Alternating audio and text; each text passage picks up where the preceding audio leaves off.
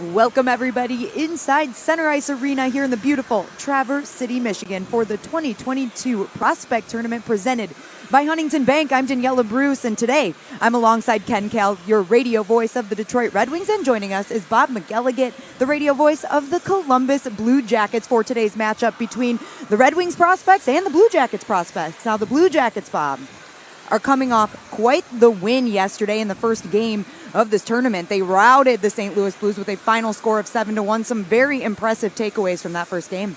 Yeah, I mean, this is a Blue Jackets team that was sent here with a lot of offense in mind, and they got a lot of it yesterday afternoon. As you said, I think the Blue Jackets brass saw exactly what they were looking for yesterday. That's game one of 3 here this weekend. But, yeah, it was a really nice start, and they got off to a quick start and had 3 goals in the first period, 3 goals in the second period. I mean, there was no drama about that game all day. We're excited to have you and the team here in Traverse City, Ken. It's always great to be up here and getting back into some Red Wings action. Well, it certainly is, and I always say that the hockey season starts with the Prospects Tournament. And the fans here in Traverse City have always been great, and it's a great time of the year to come up to Traverse City. And I don't know who has the advantage in this game today because Columbus played, and they looked pretty good yesterday, 7-1, as you were called, Bob. But, the Red Wings are well-rested, and it'll be interesting to see some of our prospects playing in this tournament today. Ken, you mentioned the crowds here in Traverse City, Michigan at Center Ice Arena. We've got a full stands here. I'm looking right now. It's a Friday afternoon. You've got Red Wings fans here and ready to go. It's super exciting, and they always love seeing our Red Wings prospects play. Let's take a look at the matchup, a little closer look between Columbus and Detroit. We'll start with Columbus lineups for today. As we mentioned, some exciting stuff that we saw yesterday out of Columbus line featuring Kent Johnson. I think everybody here in Michigan knows that name pretty well, and I'm sure they're excited to watch him play today, too. Yeah, they should know him pretty well, of course, playing for the Wolverines, but also this guy's played everywhere in the last year. I mean, he was with Team Canada in the World Juniors twice, and then he was playing on the Olympic team. He played in Michigan. He played in the NHL with the Blue Jackets at the end. I asked him yesterday, how many rinks do you think you played in the last year? And he wouldn't even try to guess.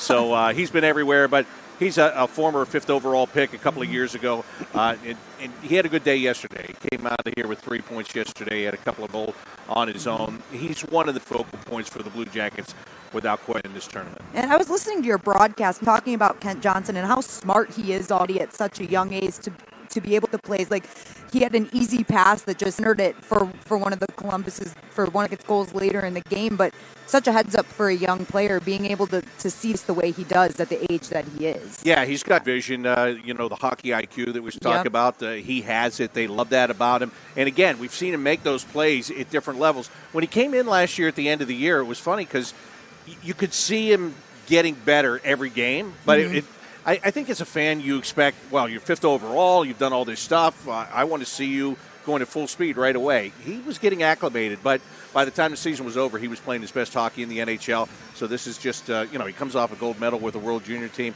and now it's about proving it here, proving it in the main camp, and on the NHL roster. And how about a quick thought about Jordan Dumais, who had a 2-goal game yesterday? He looked super electric out there on the ice. Yeah, he was a 3rd-round pick this year, and I talked to him in Montreal after we picked him, and he is a very confident young kid, I'll tell you that. And it's great because you guys know how it is. You walk that line between confidence and cockiness, and you've got to be that. And he's a smaller guy in stat, but he's got good speed, 2 goals a day. And the first one, he just right place. He got set up to the side of the net. He had to be. The second one, Kent Johnson hit neutral zone, and he took off streaking down the ice and got a breakaway goal. So he looked great yesterday. And again, that's, as you're talking about, Ken, this is what it's all about for these kids. They come in here. This is your first real chance to show the management that, hey, you made the right choice when you brought me here. I can do it, and to do it for a long time. It's just step number 1. One of the things I noticed about Dumais, too, is the fact that he knows where to be with the puck. And time after time, he was in the right spot. And if someone fed him the pass, we'd have had maybe 3, 4, 5 in that hockey game. Just an outstanding talent. 109 points last year in the Cup. So he's an outstanding player. We got to keep an eye on him. Yeah, that we do. The Red Wings' first game of Prospect Tournament, Ken. It's going to be our first look at Simon Edvinsson, the 6th overall pick in 2021 that everyone is very excited to see. He did join us for a day of development camp, but it was just a small sample. I'm really excited to see him in some game action here today. Yeah, strong defenseman, a lot of hope for Wing fans, and just a great guy to we talked to him yesterday along with Elmer Blum. And he's one of those guys that you just expect a lot from. And We saw Mo Sider last year in the Prospects tournament, and he was a stud as soon as we saw him on the ice. Lots are excited about Edmondson, too. Hopefully he can take the same, and there's a lot of hope. Maybe he could make this Red Wing perhaps at the start of the season. Looks like he is going to be paired alongside another Swedish defensive prospect, and Albert Johansson, who is turning pro in North America for the first time. He's another one that we're going to get to see skate the good look, at least, for the first time today. One of the things Albert Johansson, Bob and Danielle, is the fact that he's a really good passer.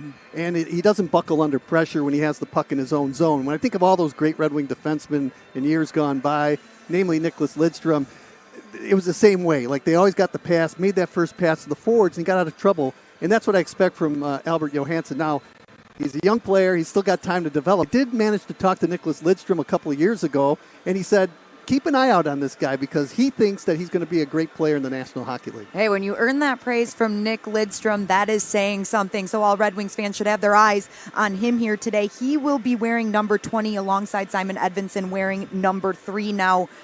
Elmer Soderblom. Big Elmer is another player. He played in the Prospect Tournament a couple of years ago, but it's been a while since we've seen him, Ken, and he's another one. He's a big guy. He's 6'8". We want to see him have that net front presence here today and see what he can do. We've heard his puck handling skills are good, and he's learning how to use that size. This will be a big test for him. Well, there's a couple of giants that are playing in this tournament. The other one plays for Toronto. His name is Douglas, and he's 6'9". And again, you don't see forwards that are that tall. I think of Brett Burns, right? Now, he can play the forward position, and he can play the defensive position. He's mainly a defenseman. You don't see a forward like Elmer out there at 6'8" and breathes different air than anybody else on the ice, too. So we're looking forward to see him play. And a good story, we were talking to him yesterday after the practice, and he was talking about why he wore uniform number 25 in the Swedish league that he played for, and it's because that was the biggest uniform they had. So he had to wear that, but he's wearing, 86 here today, so we'll keep an eye on him. Not very many options for a guy that size, so you take what you can get at that point. But, Bob, we talked a little bit before we got on air about the matchup that we're going to see between David Jiricek and Simon Edvinsson. Maybe matchup's a strong word, but they're both going to be out there, 2 top defensive prospects in the league. Jiricek, the 6th overall pick in 2022. So what'd you think about him yesterday? Did you see anything that stood out? Yeah, I thought he was good yesterday. I think he's big and he has a long reach, and you can see where he's already starting to use that. Again, he's a guy that's coming over, and he's playing on the smaller ice surface here, so there's adjustments that have to be made to that. But, yeah, I really did I talked to him after the game yesterday, and I said, okay, so what are the things you have to improve upon the rest of the weekend and on to the NHL camp? And he said, the gap control. I've got to really control the amount of space between me and the guys that I'm defending. But, he can make up for a lot of that space just by sticking his arm out with a stick in it because he has a huge reach, and I really liked that about him yesterday. Well, I think it's time we introduce our 4th member of our broadcast team here today. Carly Johnston is here ringside, and she's got a little more information on both of these rosters that we just talked about here for today's matchup.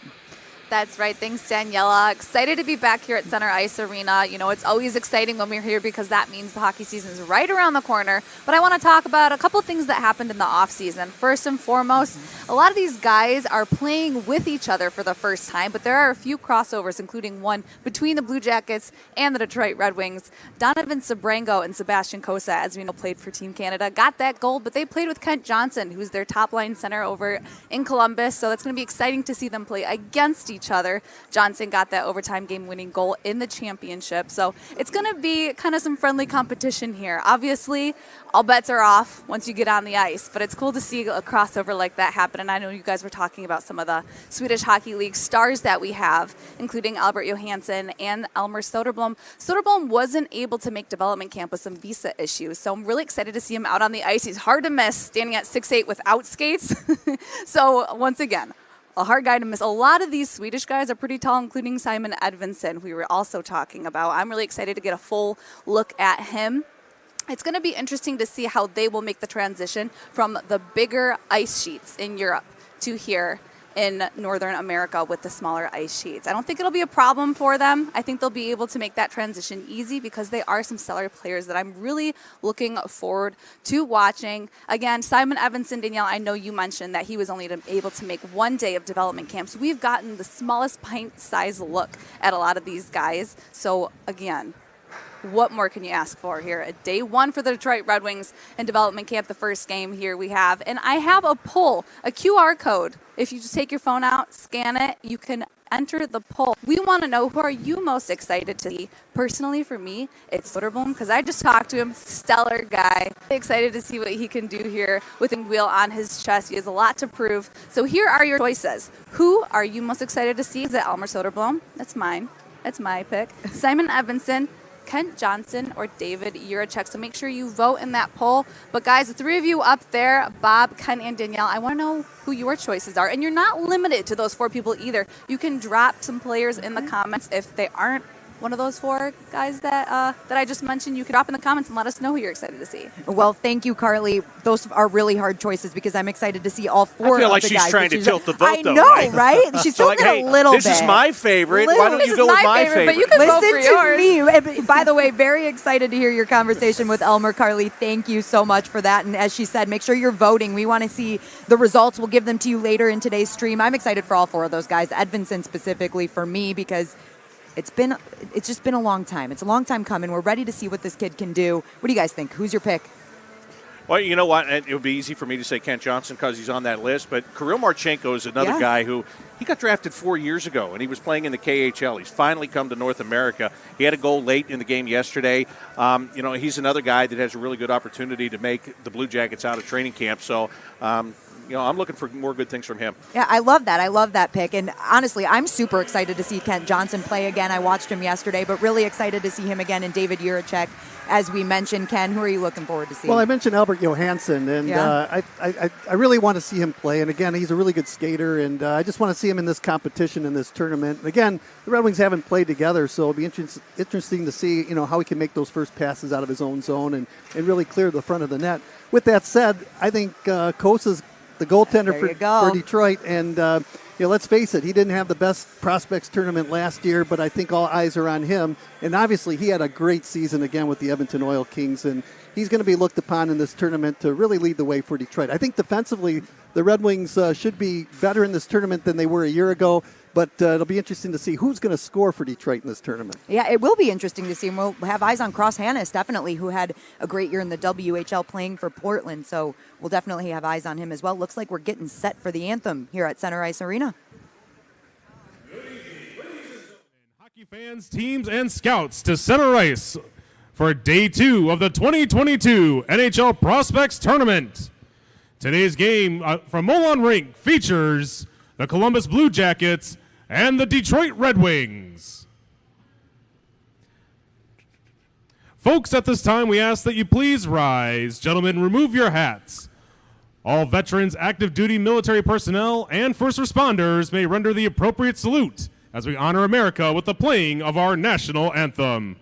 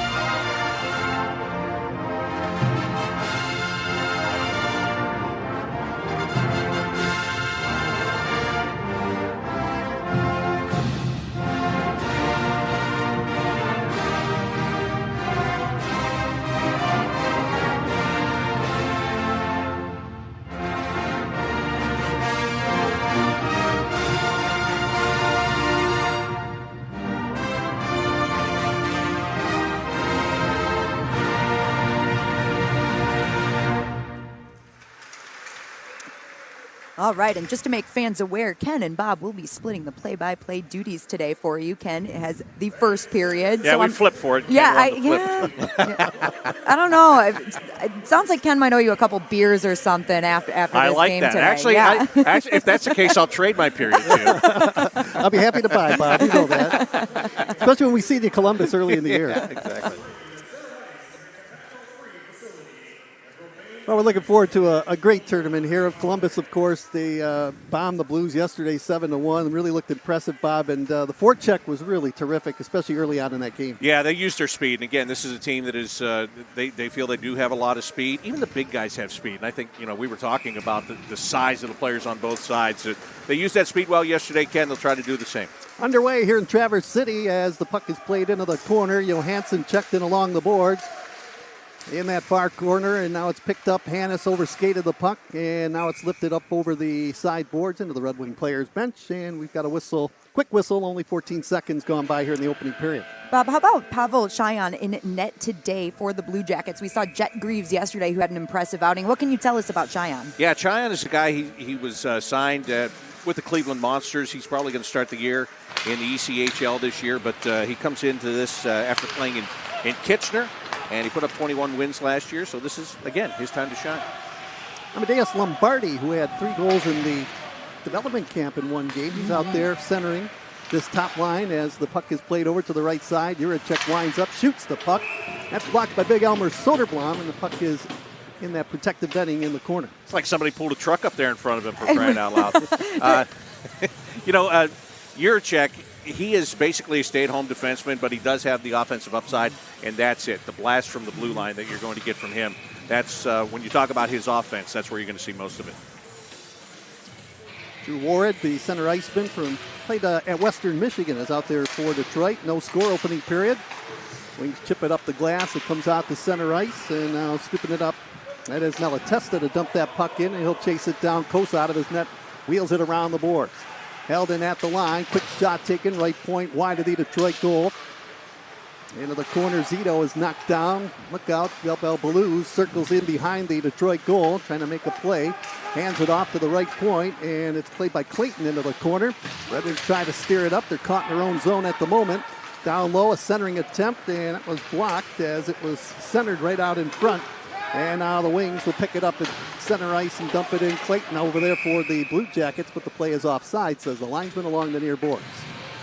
Well, the Blue Jackets trying to create a little bit there in their offensive zone. And you mentioned try to get that centered. It was Jordan Dumais trying to set up a goal today after he scored 2 yesterday, but the Red Wings able to stay right with that pressure and get it back out to the neutral zone. In Daniela, we have Jeremy Biakabatuka out there on the ice. And in case you don't know, that is the uncle of him is Tim Biakabatuka, who played football at Michigan. Oh, quick shot right off the get-go here down the ice by Bierling as he tried to score, and Kosa with a big pad save. Out to center ice now, the Wings take it back over the line. Quick snapshot right there by Biakabatuka as he made his way into the right circle, and Chayan comes up with the first save of the game for Columbus. And Ken Kirill Tutayev out there for the Red Wings. We remember him at last year's prospect tournament. Unfortunately, he underwent shoulder surgery and only played 9 games for the Griffins last year, but he was electric at prospect tournament, and they're hoping he can regain that and take it to Grand Rapids again this season. Or maybe Detroit. Maybe he has that great of an outing, right? Yeah, don't sell him short. I know. No score the opening period. Puck is played around the boards. Penalty coming up to Detroit right here. Little cross-checking call, and right off the get-go, the Blue Jackets will be getting the power play, and knocked down. That was Kanashko along the far boards. Bob, there weren't that many penalties in yesterday's game, and right out of the gate here, Columbus is heading to the power play. Rougher game today. Yeah, look at that. Yeah, yesterday there was Columbus had 1 power play, St. Louis had 1 power play, and that was it. Which shocked me because, as you guys know, in this tournament there are usually many more penalties, more fighting penalties in this tournament than you see all year, maybe. Right, but they're playing tough. We Yeah. talk about it. They're trying to Yeah. earn their spots. They're playing hard out here for this tournament. What about the power play for the Blue Jackets? Well, they went 0 for 1 yesterday, but again, there's a lot of offensive talent here, and we'll see what they can do. There's Johnson picking it up, no score. Columbus trying to take the lead here. Quick pass, moving in over on the left side is Bjork, and could not get the shot away. Picks it up again, lays it back in the line. Now Johnson with a slap shot blocked, sent it across. Here's a chance, and you're going to check with a drive from the left side. Kosa made the save. Columbus getting some good opportunities. Red Wings tap it away to center ice. Soderblom is upended there at center ice by Marchenko. Quick feed across the line. Johnson trying to make his way in. It's slowed up, and the Wings don't clear it out. Matachuk moves into the left face-off circle, pulls it back towards the blue line. Hands it off now. It's Juracek down low. Feed back in behind the Detroit goal over to the right side. Johnson to the line. Matachuk picking it up again. Head up, moves it to the left circle. Yurichuk down low, quick feed in front. A chance by Marchenko, and that one off a stick and over the crossbar. Yeah, the Blue Jackets trying to create a lot. Dent Matejchuk out at the blue line. He's a guy that in junior, he plays all spots on the power play. They have him sitting right back there at the point on this one. Good opportunity right there. Kosa had to make a save as the puck is played finally by the Wings the length of the ice in just 44 seconds to go on that Columbus power play. Kosa's made 2 great saves on this power play for the Blue Jackets, and that's the only reason Columbus hasn't been able to get on the board yet. Most important penalty killer is your goaltender, right? And he's doing the job for Detroit right now. Oh, here's a steal. Now making his way in is Blaze at the chance, and coming back, a good defensive play right there by the Blue Jackets. And that stopped the Red Wing player, Cross Hannes, who was making his way in. That was Konashko, and you're right. That's the difference in that play right there. The shooter's picking his spot, and all of a sudden he's got a stick in there jarring the puck loose. Well, Testa moved it right to the front of the goal, and Kosa will hang on to it in the goal crease. So a big opportunity for Detroit, but the Red Wings could not cash in, and still a scoreless tie. 7 seconds remaining in the Jacket power play. Yeah, it's not both teams get great opportunities. It's power play here, but again, Konashko with that back-checking effort right there, the difference in that play. I mean, if he doesn't get there, all of a sudden your goalie's really hung out to dry. And that's a beautiful back-checking play, too. And we look at Cross Hannes, and Ken and I talking about who's going to score for the Red Wings here today. He's one of the guys that you look to. I mentioned that he had a good season in Portland. He had 86 points in 63 games. He plans to turn pro this year as well, heading to Grand Rapids or Detroit, whichever roster he ends up cracking. But hopefully he can bring some of that offensive firepower. We saw a nice defensive play in the neutral zone, able to create that breakaway. Yeah, Hannes is playmaking forward.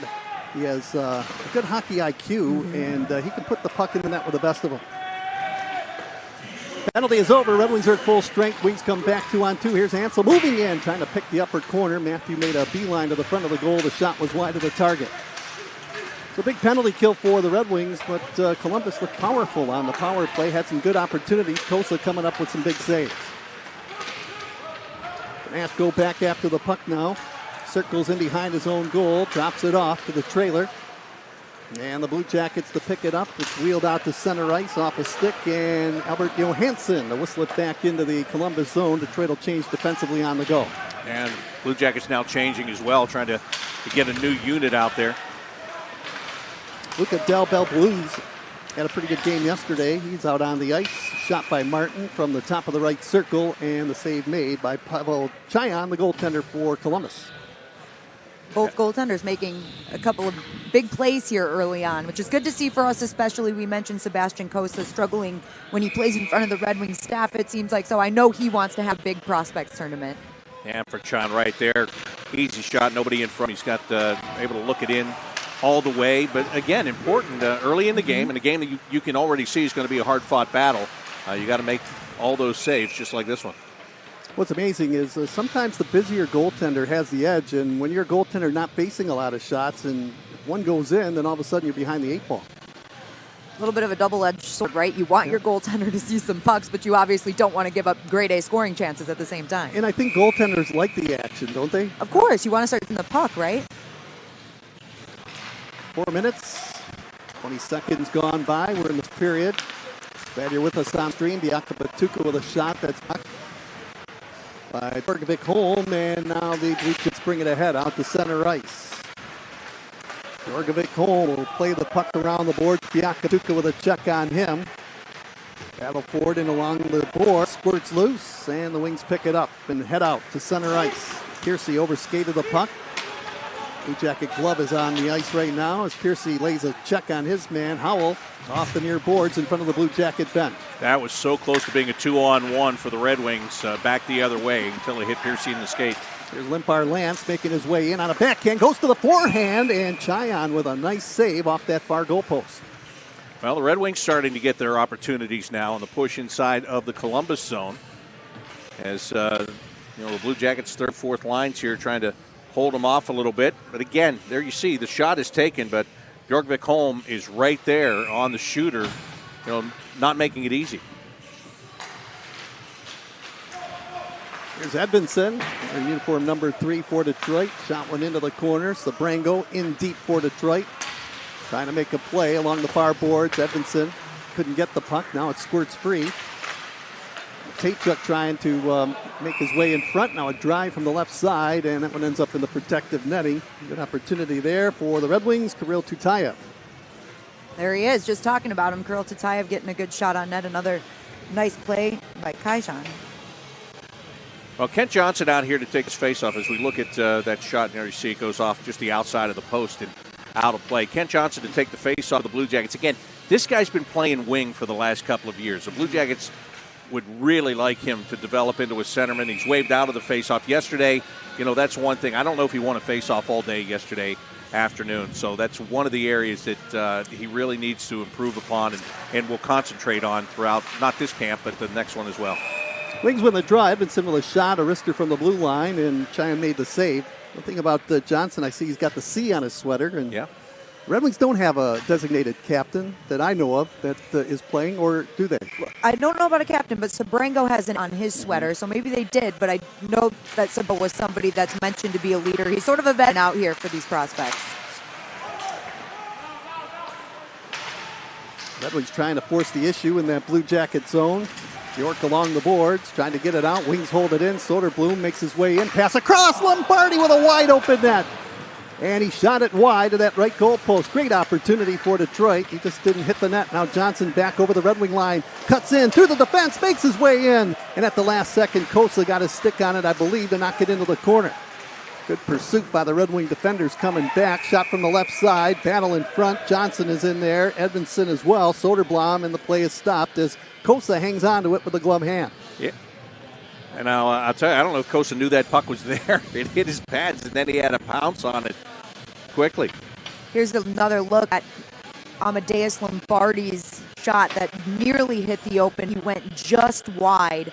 And that up from the Red Wings. But hey, what impressed me here is Columbus comes right back, and you saw the skill of Kent Johnson able to get back inside. Sebastian Kosa making a good play to throw him off the puck. Yeah, he just showed on that rush the puck handling skills that he has right there. And he can really move the puck in a tight area. A nice move to cut inside between defenders and get an opportunity to score. Dumais had 2 goals yesterday for the Blue Jackets against the St. Louis Blues. Makes a nifty move to play it out in front. Rolls with a shot, and that one ends up off a stick, comes back to the line to Clayton. Clayton hanging on to the puck, top of the blue line, moves it in front. A turnaround shot that's blocked by Albert Johansson. Now it's sticked up the left wing boards, comes out to center ice, and it bounces to the Columbus Blue Jacket line. Svozil comes away and picks it up away from Martin, throws it deeper into the corner to Clayton. Little shake and bake by him, makes his way in behind his own goal, hands it ahead. Stanislav Svozil on the ice for the Blue Jackets as it's played down the ice. This will be an icing call charged against Columbus. 12:49 to go here in the first game of the season for the Red Wings in the Prospects Tournament. And there's no score. Both teams with 5 shots on goal. Talking about letters on the chest, Carly Johnson let us know that Drew Ward is also wearing an A here today for the Red Wings. So 3 A's and no C's, right? That's what I'm getting at. That's here. a good report card. Didn't look anything like mine. I've never seen a report card, yeah. Here's a shot, the wing score. Bianca Batuka from the blue line. Don't know if it was deflected right out in front. But the Wings cash in and take a 1-0 lead. Time of the goal will be 7 minutes and 14 seconds. I feel like this is an ideal time to give a shout out to Art Regner. Ken, you know he's dying that he can't be up at Prospect Tournament with us. He will be here for training camp, but he sent us the note that it was a Michigan nephew. He made sure I knew that, and he also made sure that I knew his uncle single-handedly beat OSU one year for this matchup here against Columbus. Something from Cheyenne right there. Yeah, I don't know if did. it was in front, but the Wings get the goal and have the 1-0 lead on their 6th shot of the first period.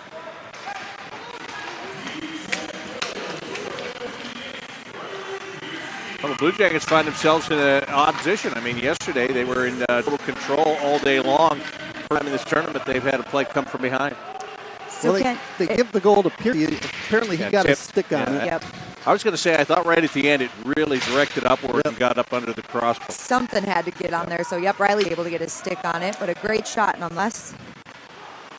Nothing Detroit. 7:14 mark of the first period. The Jackets pick it, played around the boards. Bianca Batuka scooping up. Get an assist on that goal by Pearcy, and now the puck is lifted into the Detroit players' bench. Well, that's all about, right? Especially in today's game. You get body to the front of the net, and you're looking for those tips all the time. You see guys standing out there after practice constantly tipping those from the front of the net. So nice job there by Piercy to get himself not only into position, but to make the play. Bob, it's an impressive skill, too, to be in the right position and able to have the hand-eye coordination to pick that puck out of the air. So, yes, a great play, Piercy, to give the Red Wings the lead here. 27 goals last year for Flint for Piercy. 1-0 Detroit. Tutayev up across the Columbus lines. Sabrango. It's lifted across, and Howell will chase it down. He is checked by Tutayev and along the boards as they dig it loose. And Barlance got it ahead. A quick shot taken, and that one's knocked away by Chyon, the Columbus netminder. Sabrango from the point. Hands it off to Tutayev. He had a pretty good prospects tournament a year ago. Motors through traffic. Nipper Lance in the corner trying to jam that puck loose. They battle for it. A little bit of a rugby scrum there in the corner. Finally played ahead. And Howell brings it out to center ice and over the Red Wing line. Cuts wide on Edvinsson. His pass off the big defenseman. Sabrango picking it up in behind the Detroit goal. He's tripped up close to a minor penalty. No call, and the Wings break out. Out at center ice, it's lifted ahead by Ivan. And he plays it back into the Columbus zone. Detroit will change on the go. Sounds like something off Seinfeld, to be honest with you. I still need to figure out if his middle name is actually Ivan, too. There have been mixed reports, so if anyone out there can confirm, let us know, please. Soderblom, 1-0 Detroit, making his way in. Gets away from Svozil into the corner. Soderblom turns away from traffic. Big forward to the line. Plandowski with a shot and catching it with a gloved hand. Pavel Chyon. Right now in the defensive pairing for the Red Wings, you see Johansson paired with Plandowski. In the beginning, we thought he might be paired with Edvinsson, Johansson, that is. But Edvinsson was playing alongside Sabrango a little bit, too. So already switching things up from what we thought we'd see to start this game. You know, I first started calling play-by-play in the National Hockey League. I used to go by lines, calling college games, right? And then Scotty Bowman, after 2 shifts, my first game changed everything. It's like, I'm not going by lines anymore. Yeah. I had John Tortorella for 6 years. I know what you mean. One bad shift and forget about it. So wait, did you guys learn the hard way or did you learn the easy way? I can't decide there. I think it's the easy way at the end of the day. 1-0 Red Wings. Here's Johnson laying that puck around the board. Soderblom picking it up for Detroit. Checked in along the far boards. Now look out. Here is Putia with a chance. Rebound. They score. Johnson was off to the side of the goal, and the Blue Jackets have tied it up 1-1. Well, it's a great goal for Kent Johnson, but for Michael Putia, this top line was good yesterday, 2/3 of it. He was the one guy that didn't show up the way that we had hoped to see him show up, and here he comes this time. Gets open right in the middle of the ice. He gets that shot to the net, and then the rebound off the pads. Ken, as you said, it was lying right there for Kent Johnson to put in the rebound. So that top line is Michael Putia, Kent Johnson, and then Kirill Marchenko. And as you mentioned, I heard you talking about again, it took them a little time to get going in that game. And then when they did, like you said, 2/3 of it was pretty good, and they started to find the action. Yeah, so you see right there, it opens up in the middle, nice shot. And Marchenko, he's right down there disrupting things as well, which makes it easier for Johnson to find that puck. And Johnson has a nose for the net. I can tell you that. He doesn't have an NHL goal yet. He played those 9 games at the end of the year last year, and I really thought in the last game of the year against the Penguins, the final shot he took, time was winding down, and it was going to be time for one more shot. And when he took it, I thought, oh, my goodness, the guy's going to score on the last shot of the season. And then the save was made, a really good save on the shot. But, I know that, coming into this and then going into training camp, he wants to put the puck in the back of the net. That's what he's supposed to do. Is the expectation for him to make the team out of camp? Yeah. Yes? All right. Talk a little bit about Putia, too. He made the play to Johnson, and he's been impressive. He played in Finland last year, and I guess he had 35, 36 points. Yeah, he did, and that's why I said that was a little bit surprising that he wasn't as visible yesterday as his 2 line mates. So, they like his game. They like the way he played, and they have some expectations for him. You don't get on the top line in this tournament with this team unless they have expectations for you with the guys you're playing with. And he scored 2 goals yesterday. Dume is out there for the Blue Jackets. Game tied 1-1. Glad you're in tune to the stream here from Traverse City. Dume up across the line where uniform number 69 was tied up, and it's checked in along the boards. Boyd took that puck over the Detroit line, and the Blue Jackets were late coming back. They were caught, and the play is offside. I'm just thinking about Jordan Dume, Danielle. We're saying he scored 2 yesterday, scored 2. Maybe he set the bar too high right from the beginning. He may have, honestly. This poor guy, every time he touches got to work your way up to that, right? I'll tell you what, though, he could have had 4 goals because after he scored 2, he had a golden opportunity to make it 3-0. He could have had the natural hat trick, but was stopped by the goaltender. Yeah, Ken and I were sitting there watching the game up from the scout section, and he looks at me and goes, this guy could have 5 goals already. I'm like, yeah, he very well could. Matejchuk plays it into the corner. 1-1 tie as we are approaching 8:45 to go here in the opening period. Matejchuk, little shoulder fake, moves it up the left side, and Boyd will tap the puck from center ice and behind the wings goal. Kosa out of his net. Tried to play it around the boards. It bounced right out in front. Now the wings break out. Plandowski, defenseman, over the blue line. Makes his way in. Pass in front. A shot. Oh, Zito with an opportunity. And Chyan stood tall and made the save in goal for the Blue Jackets. Yeah, good save right there. Good read. Went right with the puck and kicked that right pad out. Yeah, Plandowski, he is a puck-moving defenseman, and he started the rush on that play. Made a good pass over. Good chance for Detroit. Wings come back. Up across the line is Ivan. Saucers it over to the right side of Biaka Batuka. Lays it back in behind the goal. Amadeus Lombardi with a feed in front. Scrambly play now in behind the goal. Checked in along the boards to Tutayev. Tutayev races back after it. It's intercepted, and now the Blue Jackets calm it down. And out to center ice. It's broken up, and here's Tutayev breaking in on goal. He's bothered from behind. Got a weak shot away and knocked away by Chyan, the goaltender for Columbus. I like to say he ran out of real estate. Just don't think he had enough space to get the move on that he wanted. Chyan lost his goal stick. Now he'll pick it up as the puck was played into the protective netting and behind the Blue Jacket net. Well, it was a great opportunity for the Detroit Red Wings coming down the ice, setting up a nice pass across right here. Slipped behind the defense. And there's Chyan just staying right with that puck as Pasquale Zito takes that shot. That's a great kick save. Nice play by Plandowski to find Zito, but boy, that's a good play in net. And then after that happened, the Blue Jackets got in trouble because they got too cute in their own zone and trying to make short passes instead of just getting the puck out beyond the blue line. Nash going deep in behind the Red Wing goal, trying to make a play. It's intercepted as it's played by Lombardi along into the corner. Now it squirts free, right circle, quick shot on goal, and the save was made by Kosa. Johnson at the blue line. Puts on the brake, sends it across the right side shot right there by Michael Putia, and the save made by Kosa again. He'll hang on. Another nice opportunity for Kirill Marchenko to start that. Takes a shot, Kosa made the save, and then Kent Johnson picking up that rebound, trying to create something off of that. And again, we saw the vision of Kent Johnson right there. He knew Putia was set up. The one-time shot didn't have the mustard on it that he was hoping to. But again, Kent Johnson, you just watch him play, and look, here he is here, and he makes these plays. He knows where everybody is, and that's a beautiful no-look pass. That top line really making an impact early here in this game against the Red Wings. Definitely have been a problem for them so far. A lot of fans in Ann Arbor got a chance to watch Kent Johnson play many games for the University of Michigan. Puck shot on goal. Chyan again. He's been a busy goaltender. Red Wings have fired 10 shots at him. 6:42 to go first period, and a 1-1 tie. Yeah, now this is the Johnson's coming back out here. They're going to call him back. I thought they were going to have him take the defensive zone draw. Luca Del Belbaluz lost a helmet and had to come over to the bench as he was out there on his regular shift here, and he's strapping that helmet back on right now to come out and take the faceoff. And that's the rule now in the National Hockey League. Once that headgear comes off, you have to go right to the bench. Otherwise, you get a penalty. You can pick it up and put it on. We learned that in the Penguins Rangers playoff series last year. Shot on goal by Martin, and another save by Pavel Chyan. I mean, you have that option. Not the guys are going to do it. I think most guys are going to just go to the bench, right? Right. Earlier in the period, we saw a Blue Jacket player lose his glove, and I always kind of cringe because when you lose a glove and that hand's exposed, the last thing you want is a slash to the wrist, and that'll put you out of action for 6 to 8 weeks. Puck shot in, 6.5 to go opening period. Game tied 1-1.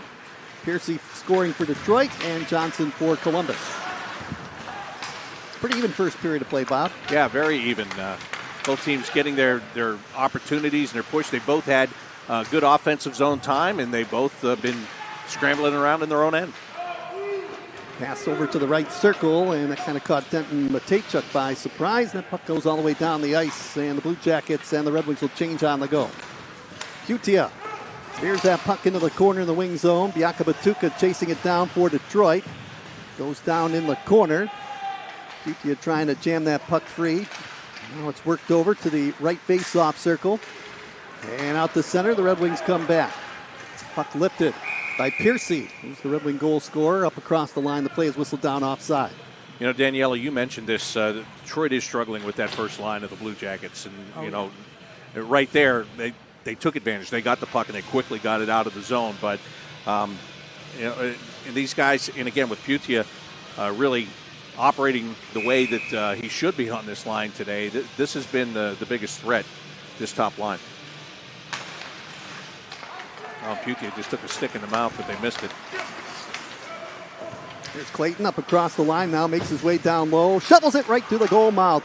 And that puck was batted away and out to center ice. Here come the Wings. Zito up over the line, right wing boards. Also that behind the Columbus goal into the far corner. Clayton delivers a check. Back to the line it comes. Here's Emil Viro with a feed pass across.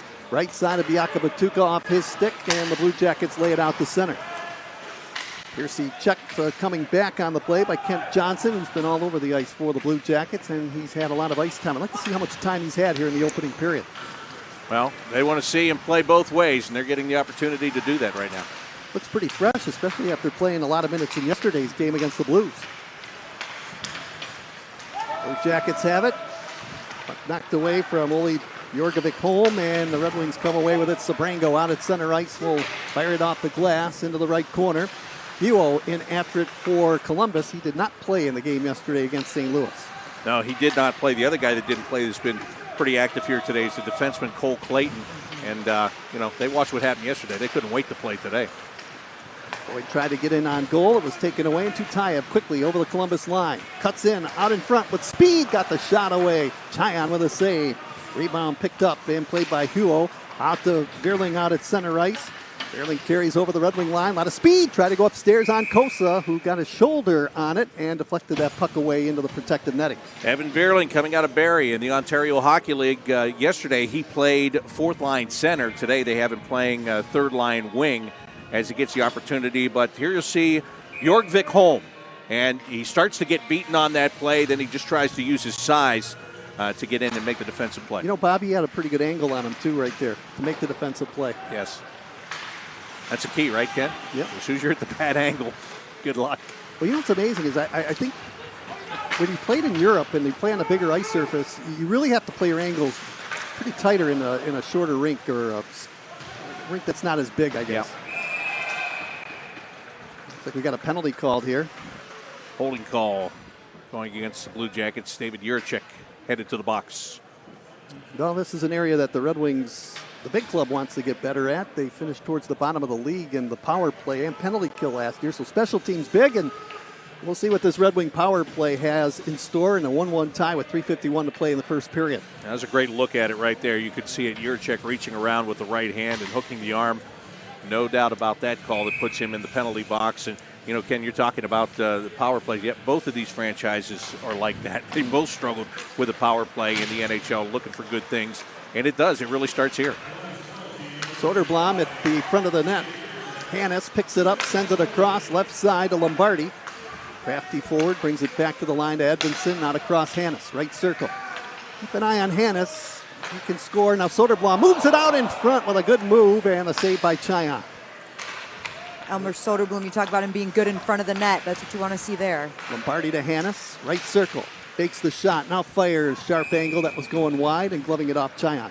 So we see Elmer on the first unit power play here today. When we talked to Dan Cleary in our prospect tournament preview, he told us that this is going to be a big part of Elmer's game in the back half of the season in Frölunda last year. He got some time on that first unit power play and became a staple in that position. So this is something they're definitely going to want to see out of him here at the prospects tournament and beyond that. Hey, didn't you guys used to have a guy that used to just go to the front of the net and stick his butt in there in front of the goalie and score a lot of goals? Talk about Thomas Holmstrom? Yeah, Homer.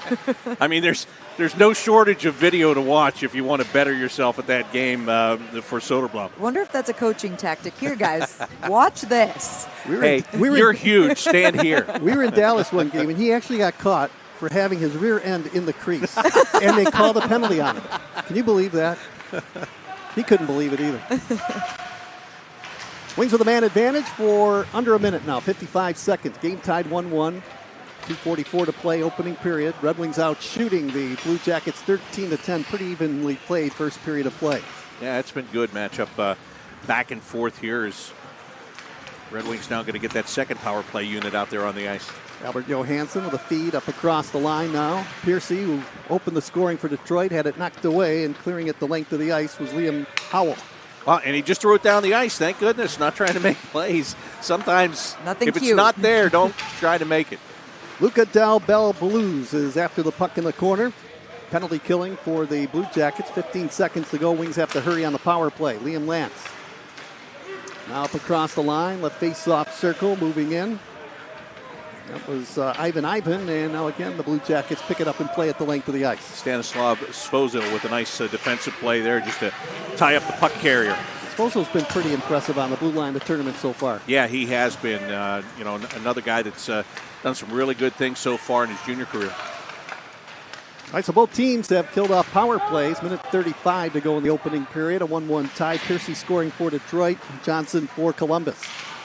Aside from the first rush of that power play, the Red Wings lacked some control. You'd like to see more control than that, and they did through their first power play Good opportunity. spin move by Marchenko there, and now he is taken down by Zito in the high slot. They hold it in. Jorvik Holm will race over to the right side on Piercy. Make his way into the corner, throws it in behind the Red Wing goal. Picking it up, Biaka Batuka, the Red Wing defenseman, lays it up forward, and now it's cleared by Detroit down into the Columbus zone. Racing after it, that's Ansel for Detroit. Checked his man, Jorvik Holm, in along the corner boards with a minute to go in the period. Sillinger will pick it up and hand it ahead. Now gets the return feed, moves in. He got the feed from Dumais, and now he gets the shot away on a good individual effort right there. And Kosa comes up with a big save for Detroit. Yeah, nice job by Owen Sillinger, the older brother of Cole Sillinger, who made the Blue Jackets at 18 years old last year and stayed the entire season. Now Latesta moves in with a shot, and Sabrango went down on one knee to block it. Under a minute to go, a half a minute to go in the first period.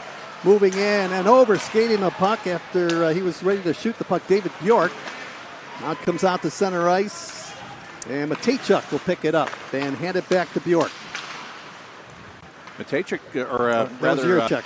Yurchek, yeah, he tried to show he has some puck-moving skills there as well. The only problem was it fell off his stick, and that almost created a problem.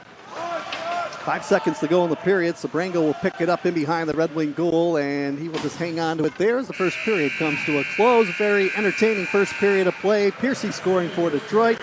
Kent Johnson for Columbus. And it's a 1-1 tie after 20 minutes. It's a great matchup between these two teams, the Red Wings and the Blue Jackets. Bob, your thoughts on what the Blue Jackets did here today in the first period? Well, I thought they were good. As Ken just said, I mean, it's an evenly matched first period between these two. I think from the coaches on both sides, you're pretty happy with what you saw, right? You make some adjustments, but I think they're minimal adjustments. Yeah.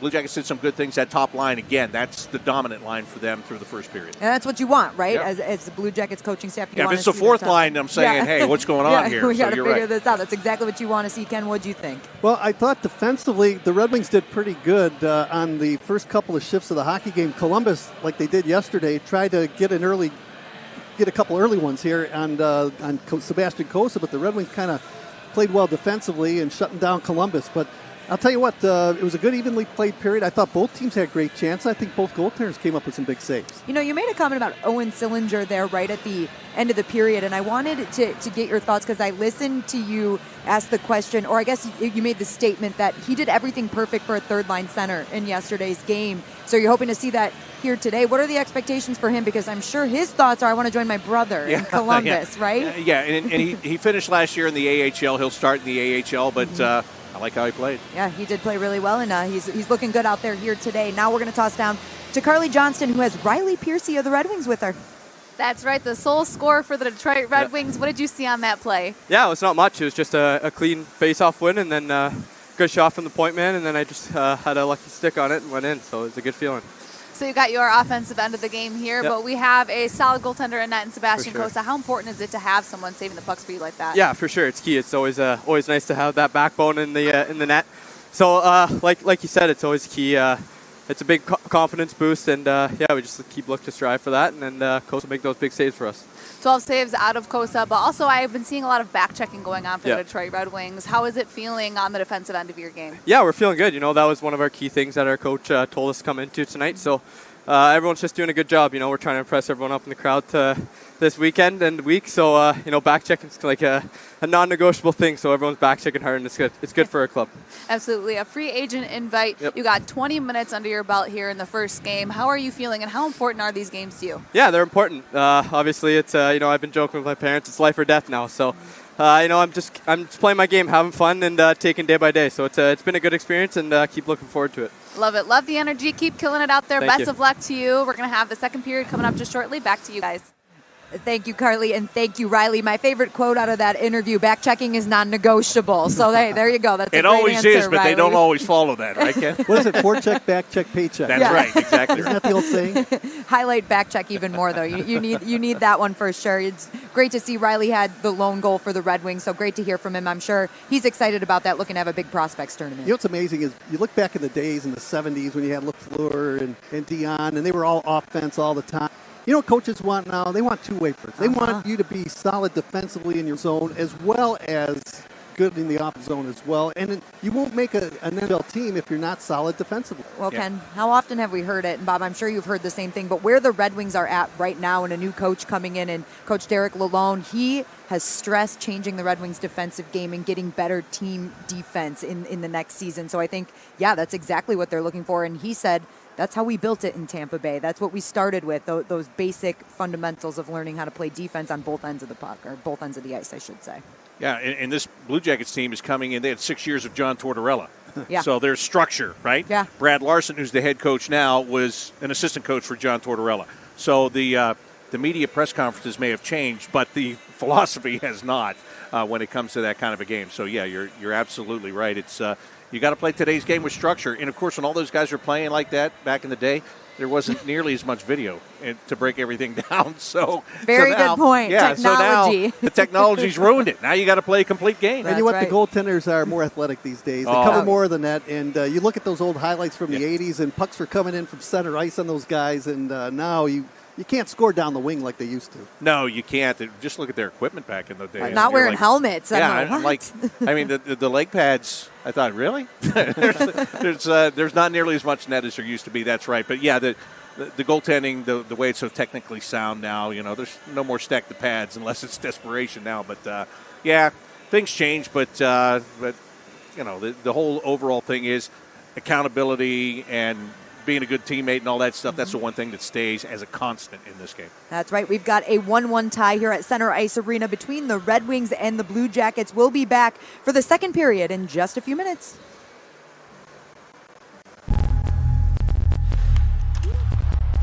And Larkin is absolute on fire. And picked neatly by Larkin.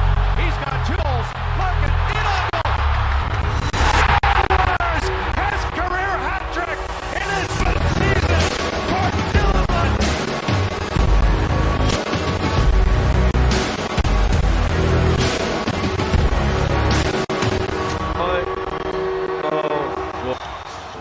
Hi parents, the former Red Wing goalie Jimmy Howard. Registration for the Little Wings Learn to Play program is now open. It's a great way for kids to learn how to play hockey with 6 hours of ice time and all the equipment needed to hit the ice for $220. Spots fill up quick, so sign up today before it's too late at DetroitRedWings.com/Littlewings.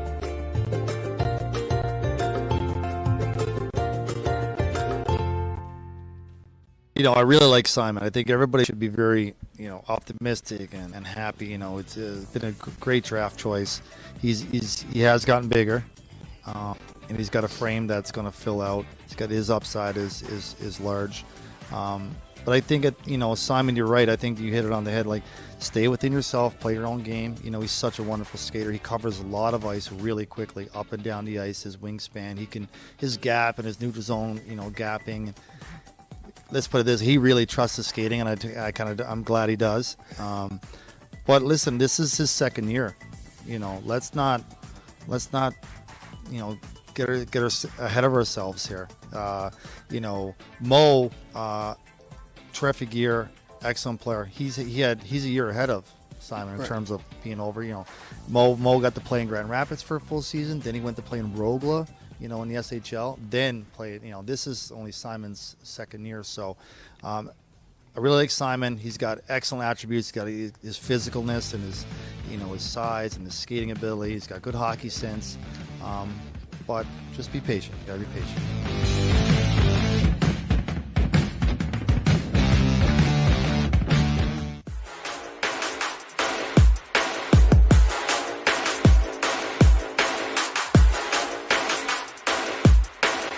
With the 6th pick in the 2021 NHL Draft, the Detroit Red Wings are proud to select from Frölunda, Sweden, defenseman Simon Edvinsson. A big, strong, dynamic Swedish defenseman. Skates really well. Good handle with the puck. He's competitive. You're leading a rush, and he's back before anybody sort of attack is coming. I'm pretty big, so I have pretty long range. I can steal a puck and kind of good skating as well. So yeah, I use that as my advantage. Friberg då i backposition till Edvinsson. Mycket yta. Skjuter och kommer stil!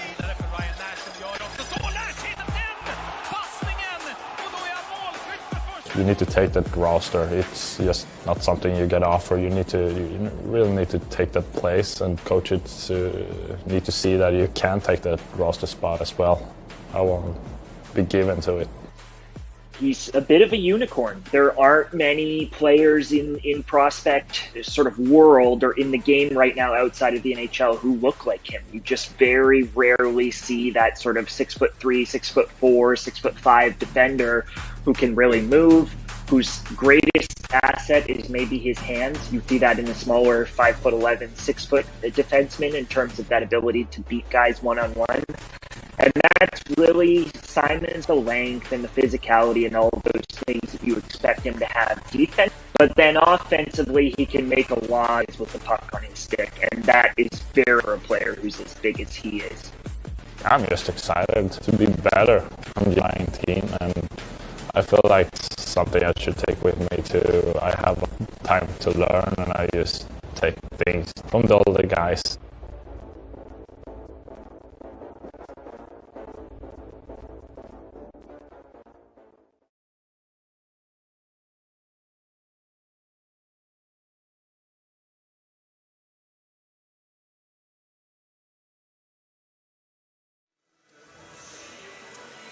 Welcome back to Center Ice Arena here in Traverse City, Michigan for the Red Wings 2022 Prospect Tournament presented by Huntington Bank. We are back for the second period, gentlemen. It was a great first period, but if you remember back at the beginning of the broadcast, we mentioned a little poll where you scan the QR code and you could tell us who you were most looking forward to seeing in today's game, and the choices were Soderblom, Simon Edvinsson, Kent Johnson, and David Jiricek. You guys want to see what the results are right now? Yeah, sure. I do. All right, what are they? Let me take a look here. Oh, wow, a heavy Elmer Soderblom favorite right now with oh, no, wait, they're tied. 42% Simon Edvinsson, 42% Elmer Soderblom, Kent Johnson, and David Jiricek. This can't be a heavy Red Wings audience right now, can it? No way. No way. Kent Johnson is out of the state of Michigan, by That's the way. right. No more love. I will say this: if I had a kicked him out. if I had a team, I'd want all four of those players Yeah, on my team. Heck Right? yeah, you would. You're right about that. Heck yeah, you would. And hey, they're all playing pretty well. Kent Johnson especially. He has been probably the star so far of this game. We mentioned that top line for Columbus has been playing really well, but Kent Johnson really showing off his skill in this game. Yeah, it's not even the goal, right? Right. It's the other times that he has the puck, the way that he handles it, the way that he's finding his teammates on the ice and setting them up for scoring opportunities is what he's been good at. And Ken, as you mentioned, he's played a 200-foot game here, too. He's playing both ways. You know what's amazing is last year we saw Cole Sillinger play, and he was the best player in the tournament by far. And we saw all the players that were involved in the tournament last year, and you know he just jumped right up into the National Hockey League and really didn't miss a beat. You know, I look at Kent Johnson; he's that type of player that can do that. Like he can come right out of this prospects tournament, have a good camp, and you know he's already played a couple of games with the Blue Jackets. So I see that. Where he's going to be a pretty good player. And the funny thing is, for all of the other things that Kent Johnson has already done, that really wouldn't be as much of a surprise. I mean, when Cole Sillinger did it, this is a guy, the Blue Jackets weren't figuring he was going to make the team. They brought him here. As you mentioned, he was really a standout. They took him to training camp. He was still a standout. And I'll never forget, of course you can get those 10 games and still get sent back to junior, right? Mm-hmm. In his 9th game, we were in Colorado, and he scored twice.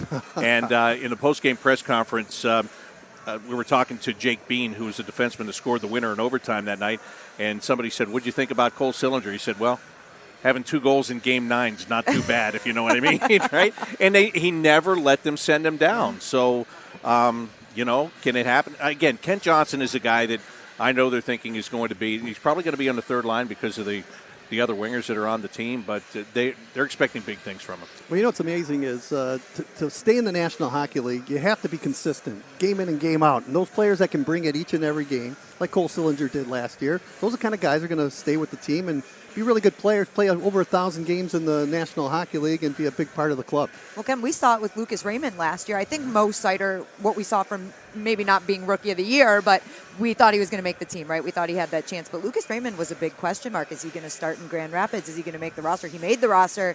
He had a great rookie season, and hopefully he can do it again. But that's the consistency that you're talking about. You see it out of these young guys now, and similar to Cole Sillinger, he had no reason to be sent to the AHL during that season. And Simon Edmondson, who we saw in the first period, who I thought played a pretty solid first period of play back there on the blue line.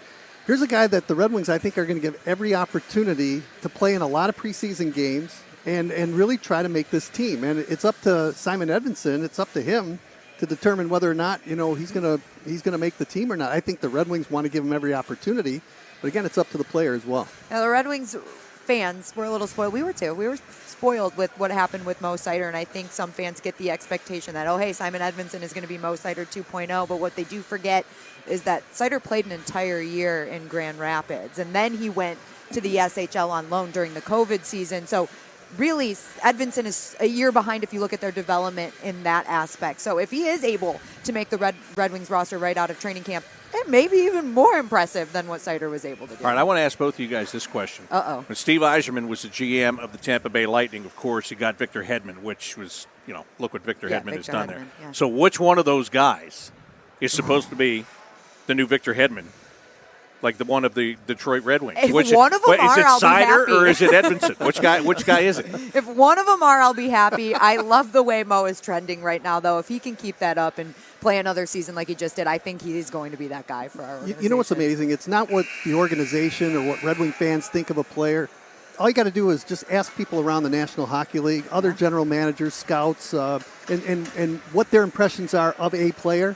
And everything that I've heard of about Mo Seider from everybody is that he's a can't miss player in the National Hockey League. And right now I saw a poll where he's one of the 10 best defensemen right now in the National Hockey League, and he's only 1 year in. I talked to Steve Yzerman earlier in the offseason, and we talked about Mo Seider a little bit, and when he was drafting him, did you know you were getting, why did you see this and no one else did, I guess was the way to put the question. And he said that really wasn't it. When they drafted Mo, they just thought they were going to get a solid top six defenseman, and that's exactly what they went into it with. That we're not going to miss on this pick is what they were thinking. He's going to be in our top six, and he's going to be a solid defenseman for us. They did not expect him to come out and be the Calder Trophy winner. Are they elated by it? Yes, but they didn't think they saw something that everybody else was just oblivious to.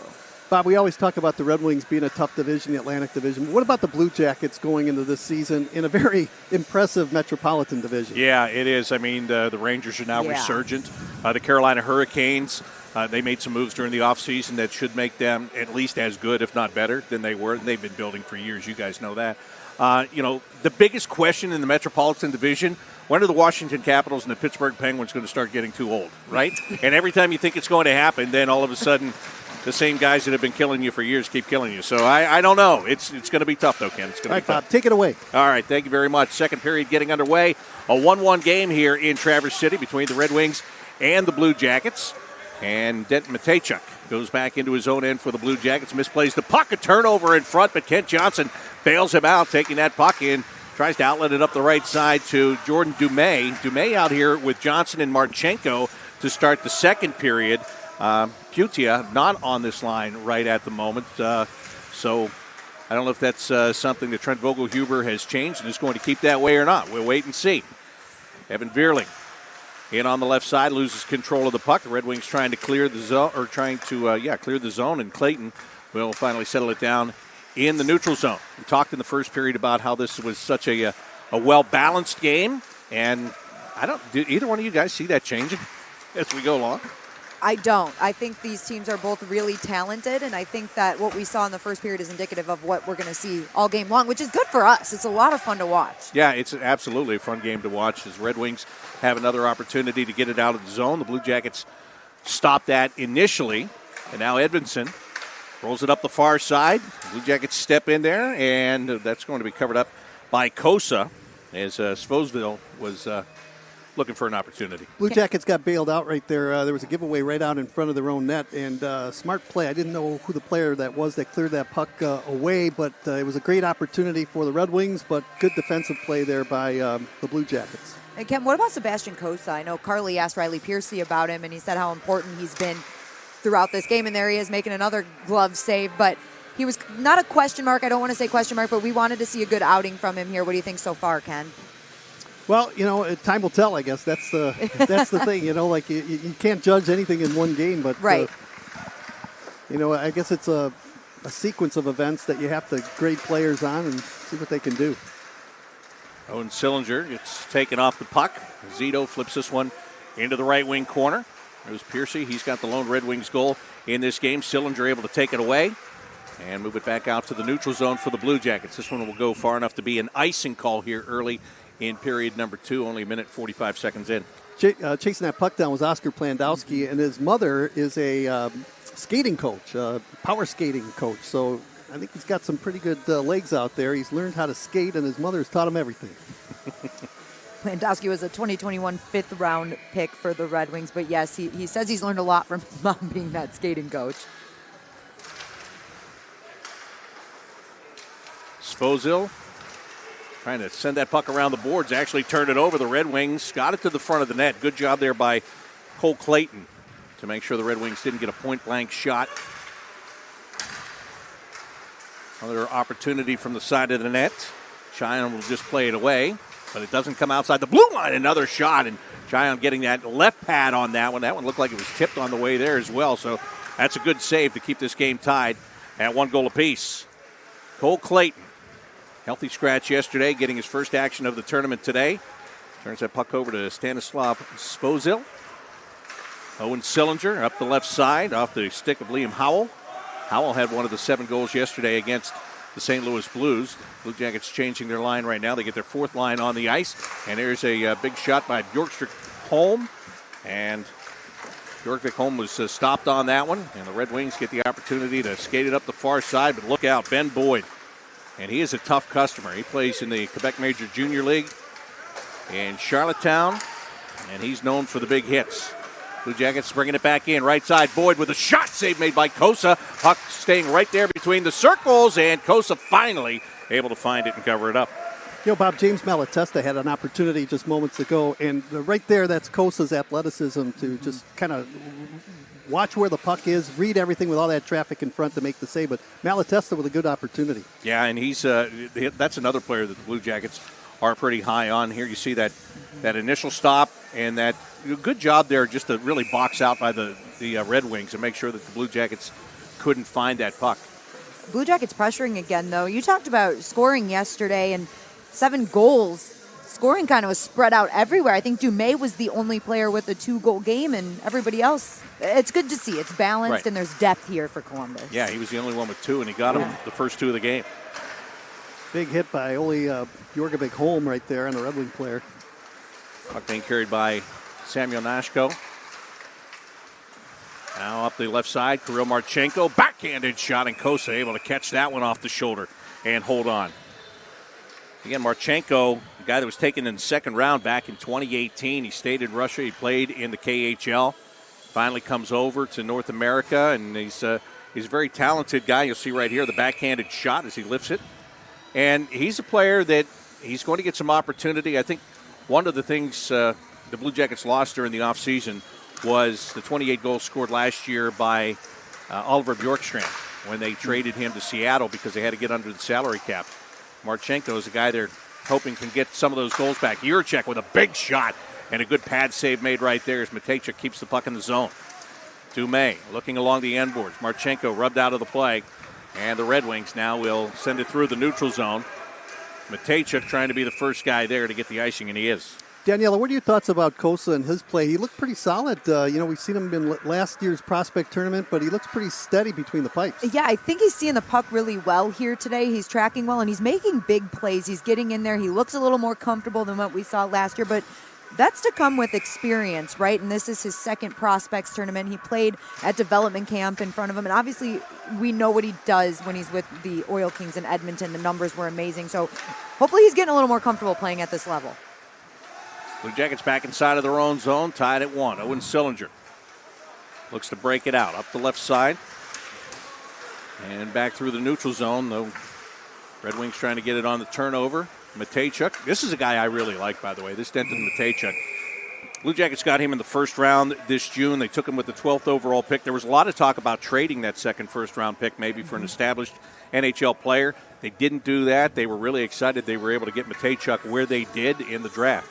He was a point-per-game player with Moose Jaw last year, 64 points in 65 games, so the guy can put some points on the board. I'm glad you brought it up because he's paired with David Jiricek today, so 2 first-round picks from the 2022 draft, which is pretty exciting to see. Blue Jackets fans have to love that. That's a great blue line pairing if they can be successful at the next level. This is an organization that, a couple of years ago had great defensive prospects, and then they all got to the National Hockey League. Yeah. And so there weren't very many. As we get a good shot here, that one gets knocked down in front. Another opportunity the Red Wings are trying to create right now. Albert Johansson. Blue Jackets doing a nice job there. Sticks in the passing lane as much as they can. And finally, the Blue Jackets are able to bring it out. But Johansson gets it on a turnover, and he gives it right back. Pass for Sillinger. Just missed a little bit behind him. Cole Clayton keeps it alive, but he couldn't get that puck to Malatesta. Got it up in the air, and it bounced off James' body. Here's Lombardi now. Back the other way with a wrist shot. And that one deflected up over the glass and out of play. Amadeus Lombardi was taken in the 4th round of the 2022 draft. He's a center, and that's something we knew the Red Wings were going to draft heavy, right? They needed some center prospects. They obviously got Marco Kasper in the 1st round, but Amadeus Lombardi had a great outing at the Red Wings development camp. He had a hat trick in the 3-on-3 tournament, added an assist to that, and let me tell you, the kid is so excited to be here. When I talked to him, he was ecstatic. He couldn't wait to get back to Traverse City this week and play in the prospect tournament, and you just like to see it. His eyes lit up at Little Caesars Arena, and it's fun to see. So wishing him success just from that aspect too. Jakub Atuka got it up the ice for the Red Wings. Piercy gets taken off the puck, and Liam Howell skates it up to the red line. He'll keep coming. Blue Jackets force it along the end boards. Martin Rysavy chasing for it, couldn't get it. Bjorkvik Holm keeps that puck in the zone for the Blue Jackets. And the battle is now on in the corner. Evan Vierling had it knocked off his stick, and Howell almost turned it over. Good job by Bjorkvik Holm to push that puck down along the end boards once again, and Detroit finally will lift it out to the neutral zone. Piercy was trying to get the leverage there on Bjorkvik Holm, but the Blue Jackets again will dump it in, and they will go to the bench for a line change. Actually, the Red Wings have played pretty solid defensively here in this hockey game, and even the Blue Jackets have outshot the Red Wings 17-13, but defensively, and Red Wings getting good goalkeeping from Kosa as well. Here's an opportunity for Johnson. He throws it down low, and that one hit the side of the net. Jordan Dumais just missed on that one. Picks up his own rebound, and Dumais maybe looking out toward the blue line. Now leaves for Marchenko behind the net. Kirill Marchenko, one hand on the puck, one hand warding off a defender. Marchenko goes down to the ice. Jiricek tried to keep it in, but the Red Wings push the puck back out to the red line. I'll tell you what, I thought that was in for sure. It's a tough angle, but Dumais, he's good. So, yeah, I was a little scared there, too. Now Dumais again fighting in the corner. Kent Johnson has the puck taken off his stick. He gets it right back. Matejchuk with it, giving to Jiricek. Back across the ice, Kent Johnson slides it across and just behind Jiricek.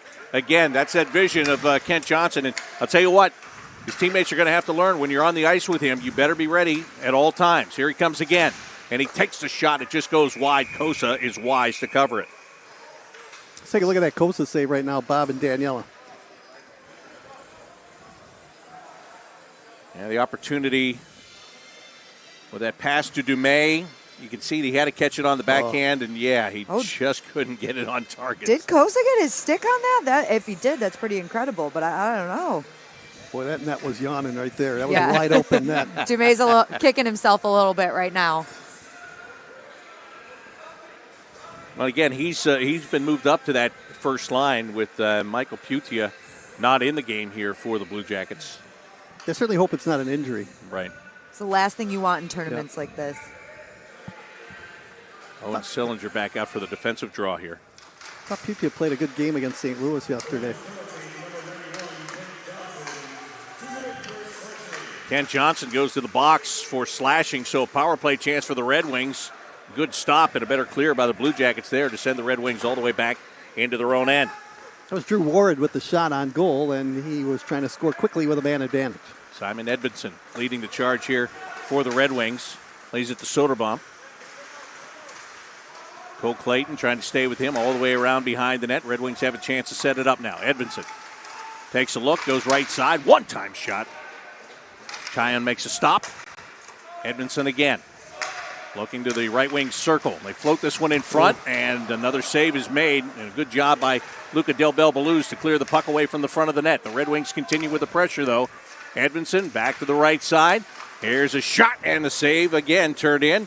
Cross Hannes taking that shot for the Red Wings. And they give it to him again from the face-off dot down to the middle. And that one gets deflected and goes up out of play. Boy, Warren with the opportunity right there between the rings. And you can see why they're feeding Cross Hannes. He's got a gift to put that puck in the net. He's had some great opportunities, but good puck movement on the power play by Detroit. Very good puck movement, a couple of timely saves. See Cheyenne just trying to move the big man, Elmer Soderblom, out from in front of the net there. That's, not an easy task. No, it's not. He with a blocker pad, he still can't get him pushed out of there. That's what you want to see on the power play. You want to move that puck quickly and get some opportunities, and the Wings certainly did. Here's Ivan. Back to Johansson with a shot, and that one hits his own teammate, Piercy. Blue Jackets are going to get a chance to bring it out, and that's exactly what they do. They got a man driving the net and couldn't feed it to him. So now Evan Vierling will just play it back to the defense, and the Blue Jackets clear at the length of the ice. Trying to wind some more time off on this power play. 29 seconds left on it. Game tied at 1. Each team scored 1 goal in the first period. Ivan back up the ice. Leaves it just inside the blue line. It gets chopped away by the Blue Jackets. Here comes James Malatesta. Again, a man driving the net. Takes a shot. A save was made again. A big shot by Sebastian Cosa. Samuel Kuo couldn't bury the puck. Well, Columbus with some opportunities while short a man. When you go back to the Blue Jackets, had a power play earlier in the game where the Red Wings got some good shorthanded chances. Here's Zito now. Kent Johnson out of the penalty box and back on the ice. Red Wings all the way down the right wing side, leaving the puck. Kent Johnson is there to get it. Feeds Owen Sillinger. He'll tip it to Marchenko. And here comes Marchenko, 3-on-2 for the Blue Jackets. Kirill Marchenko across to Johnson. Tried to feed it right back to him and didn't hit him. And now an opportunity back the other way for the Detroit Red Wings. Denton Matejchuk is going to snuff that one out and find Kent Johnson. Well, you got to love those defensemen joining the attack. That time Juracek was down the middle. Johnson has the puck stripped away, and now it's Mitchell Martin flipping it back into the Blue Jacket zone as the Red Wings start a line change. Marchenko flips the puck high in the air. Bouncing puck. Edmondson able to find it in the skates before Jordan Dumais could get there.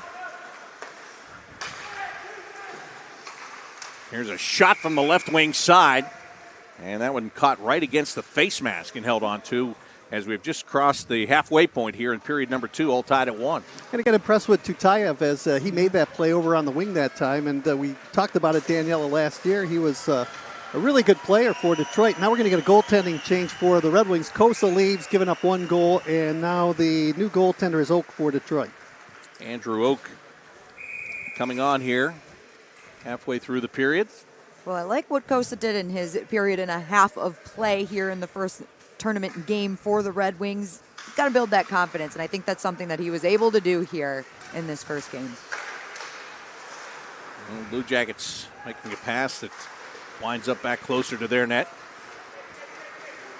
Stanislav Svozil up the right side into the Detroit end. Blue Jackets lose control of the puck, and here come the Red Wings.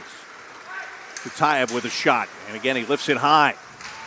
Blue Jackets get it out to the neutral zone. Howell creating a 2-on-1, 3-on-1 actually, gives it to Belbaluz, and unable to tuck it in again was Jordan Dumais. What a save right there by Andrew Oak. Yeah, welcome to the game, right? Boy, for coming in cold, that was a beautiful save right there. They didn't make it easy on him. Howell back up the left side. And he gets stepped into by Plandowski. And this will allow the Red Wings to come back the other way. Sloterblom goes down into the right wing corner. Has it taken away. The Red Wings keep it at the left point. Plandowski goes right side. Dancing with the puck there is Cross Hannes. And it's knocked outside the blue line. The Oak played for, he's actually born in St. John's, Michigan, and actually played for Saginaw last year, 13-16-1 with an .848 save percentage. Made a big save just moments ago on that 3-on-1 by Columbus. Martin Rice-Savvy, 2 men on him as the Red Wings take the puck away. 1-1 game. It's been that way since the first period. Dumped right back into the Blue Jackets' end. They will try to clear, and they will clear. Ben Boyd was looking for the loose puck. He couldn't find it. The Red Wings will settle it down. Vero across the ice. Biaka Batuka skates it up into the Blue Jackets' zone. Now to the right side, and they come down. Woo! And there's a score! Well, it's just a good read. And that is Riley Piercy picking up his second of the game. Just a good pass. Cross-seam pass there, and that opened up the goal, and Piercy makes it a 2-1 game. What a great feed right there, and that was a heck of a shot by Piercy on the left side, who moved in and picked the upper corner of the goal, and that went in and out of the net in a hurry. 2 goals by Piercy, and it's the second lead of the game for Detroit. Yeah, Riley Piercy having a game. And if you look at that, Cross Hannes is the guy that got the puck in the right wing circle. Remember, go back to that power play where they just continued to feed him, and he took shots from there. You wonder if the goaltender didn't cheat a little bit, thinking he's going to shoot the puck. There, yep. And he didn't shoot the puck. He passed it across on the other side for a wide open goal for Piercy. We get a chance. I got a good story about goal scoring and Mickey Redmond coming up here. Oh, no. Mickey Redmond stories. It's on the line, Bob, of what you just said right there. Here come the Red Wings again. Zito throws it toward the front of the net. It actually misses the net and comes off the end boards. And the Blue Jackets bring it back out. Sillinger trailing on the play. They don't get him the puck. In fact, there's a fan on the shot overall. And now the Red Wings get a chance to set it up. Dumais, Johnson, Marchenko back over the boards for the Blue Jackets, their top line. Down by a goal here. And this is, it's not quite the line that got the goal because Dumais started on the second line here, but this is the combination that got it done. Bobby, you're talking about Cross Hannes, shooting and then passing it across. I remember a game against the California Golden Seals. Mickey Redmond, who had a couple of 50-goal seasons, scored 2 goals in the upper corner of the net. And the third time he comes in going for the hat trick, he faked like he was going to go upstairs, and the goaltender got on his tiptoes, and he just slid it along the ice and faked them out, put it in, and that was the hat trick. There you go. So it's a little cat and mouse game out there all the time, isn't it? Absolutely. Yurchek looking for Kent Johnson. Johnson just one-hands it over to Dumais. Back to Johnson. A little bit of room in the corner. Backhands it off the boards out to Matejchuk. Across to Yurchek. Yurchek getting down low on the play. Dumais finding Johnson, who rings it off the post. You heard that tink right up here. Yeah, Blue Jackets that close to making it a 2-2 game. Matejchuk on the left side. Dumais just tips it into the zone. Edmondson very happy to take that one away. The shots on goal here, 18-17. So everything has been tight. Everything has been close. Here's Marchenko. Left wing side in with a shot. He goes too high on that one. It rattles off the glass. And Kent Johnson got it. Continues to skate with that puck. Nice backhanded pass to Matejchuk.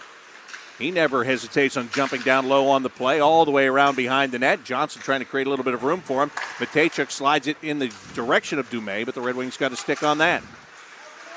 Edmondson defending against Marchenko right now as Dumais gets back in on it. Gets a body put on him. And the Red Wings come out with the puck. Can they clear the zone? Not so far. It was kept in initially by the Blue Jackets. Now in the second effort, Detroit has a chance to bring it out. But again, they're having trouble in doing that. Boy, that Kent Johnson is worth the price of admission, isn't he? Boy, he can do it all. Yeah, he's been something to watch here today. I like the test of Simon Edvinsson against the line like this, though. And he's playing pretty well, like you said, some trouble clearing the zone there. But Simon Edvinsson playing against probably the best line in this tournament. I'm going to go out on a limb and say it. There's a quick shot, and the save is made by Andrew Oak. 5:17 left here in the second period. The Red Wings on top of the Blue Jackets, 2-1. And remember, Andrew Oak came on just past the halfway point of the period, and basically this is exactly how he was greeted in the game, and what a save that he makes here, fully extending that left pad. You know, we were talking earlier if goaltenders like to take some shots right when they get in the game, right? I don't think that's exactly what we were talking about. How about one in the chest from, beyond the top of the circles? How about that one? That was a 3-on-1, wasn't it? It was. Yep. And that's one thing I will say. I think the Blue Jackets, if I were to make one critique, stop passing so much. Take some shots. Yep. Here's a shot the other way, and good save is made. Yeah, sometimes you can get a little too cute out there. But you know what, Bob? They made the right plays. That's the thing. I mean, there were players that were open. Well, that's true. On that one, that is true. Ben Boyd has the stick lifted. Limpar Lance into the right wing circle. Boyd trying to chase him down. Tutayev on the left side. Svozil takes that puck away. And Ben Boyd will just chip it off the wall back toward the Detroit zone. Well, the Red Wings bring it up, trying to create a 2-on-1. Big hit, and down low, there's the puck. There's a penalty coming up here against the Blue Jackets. Svozil's going to get the gate right there for the hit on Emil Viro. Tic-tac-toe from the Red Wings, unable to finish it, but a nice play there, and they'll head to the power play. Their third of the game. They caught him with his head down right there, Yeah. but the penalty has been called to Svozil. That's a pretty big hit, Bob. It was a big hit, but what'd they call? I don't know. I was looking for the call. It looked like shoulder to shoulder on that Yeah. replay. It looked like a pretty good hit in the Yeah. in the neutral or in the between the circles there. Yeah. It's a tough call, I think, but I mean, You know, Ken, guys like us, we look at it and go, what's the problem? The game has changed. It's easy for us to say that, too, because we're not getting hit like that, so let's be honest.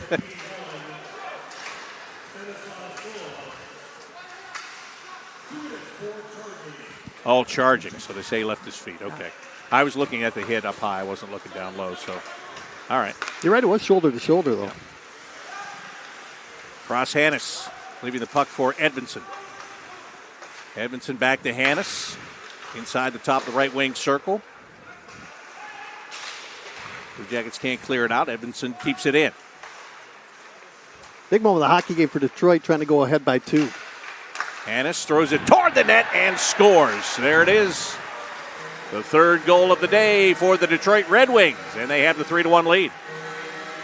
looks like Ward and Elmer Soderblom were in front of the net there, but I think Ward got his stick on it and ultimately put that past the goaltender.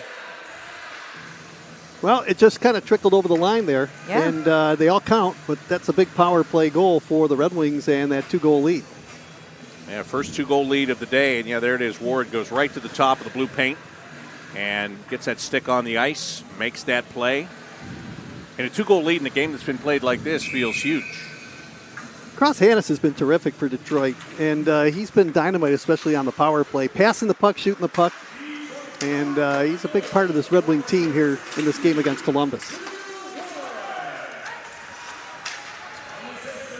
Well, he had a big year last year, too, Cross Hannes.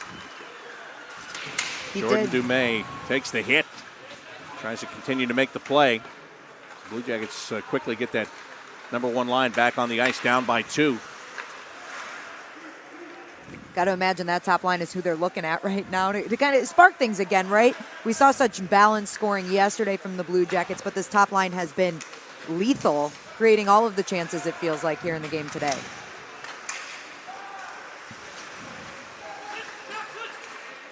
Long pass up the left side. Kent Johnson finds James Malatesta. He got stepped into by Yakubatuka and knocked off the puck very quickly. Red Wings bring it right back out to the neutral zone. Morad. Luca Del Belbaluz, nice job on the back check there for the Blue Jackets to break up that play. But now Zito with the puck on his stick. Malatesta defending him. As the Red Wings come all the way around behind the net, Zito trying to maintain his control, and he keeps it in the zone. Back over to Biaka Batuka. Heavy slap shot there and the save made. As the Blue Jackets will skate it back out to the neutral zone. Malatesta will flip it in from the red line. And a line change ensues with just 2 minutes remaining here in the second period. The Red Wings have scored twice in this period to go up 3-1. Now Howell looking for Del Bell Balloons with a quick shot, and the save was made. Luka had a really pretty goal yesterday.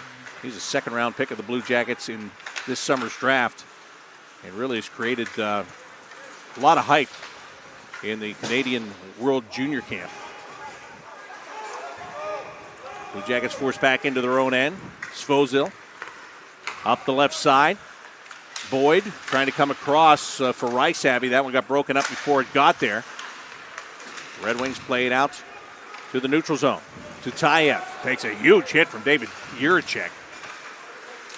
Now it'll be Denton Matejchuk trying to skate it out of the zone. Back to Juracek. Looks it over. Gets around Ivan. And that's going to be an offside call. He shifted the feet before playing the puck there. Jeremy Biaka-Batuka had a good moment right there in that last shift. And he played for Charlottetown last year in the Quebec League. Didn't put up a lot of numbers, a lot of points, but what really stands out is his plus-minus number. He was plus 29 on the season. Anytime you can be a defender and you're plus 29 and you're not putting up a lot of points yourself, you're doing a lot of things right out there on the ice. He's a big guy, too, standing at 6'4", 203 pounds. So last-second free agent invitee, Ken. I didn't see his name until today, so excited to see him here with the Red Wings. He's had a good outing so far. He's a good skater, too, for a big fella. He's 6'4", as you mentioned, Daniela. Well, when he was out there on that shift, Ben Boyd was on the other side. They're teammates in Charlottetown. Here, the Red Wings with a 2-on-1. Can't bury that shot as it goes up and out of play. That was Lombardi that came down there with that opportunity. He looked like he didn't think about passing that time, did he? He wants that goal. You know, I mentioned that at development camp he had that hat trick and an assist in that game. He definitely has a knack for scoring, and I'm sure he wants one bad here in this tournament. Well, I wonder if he scores a goal if they've got the song Rock Me Amadeus queued up. How many times do you think he's heard that, Ken? I'd like to hear it once. What'd they say? He said his nickname was Lambo? Lambo. That makes sense. Up the right side come the Blue Jackets trying to get a goal back here late in period number 2. They did not keep the puck on the blue line. It was Lambo and Ammo, one of the two. I love the fact that you talked to him in the development camp in one of the intermissions. Yeah. And I think it was a game that he scored the 3 goals in. He's just a fun guy to listen to, isn't he? Yeah, very excited about being here, appreciating every moment of it.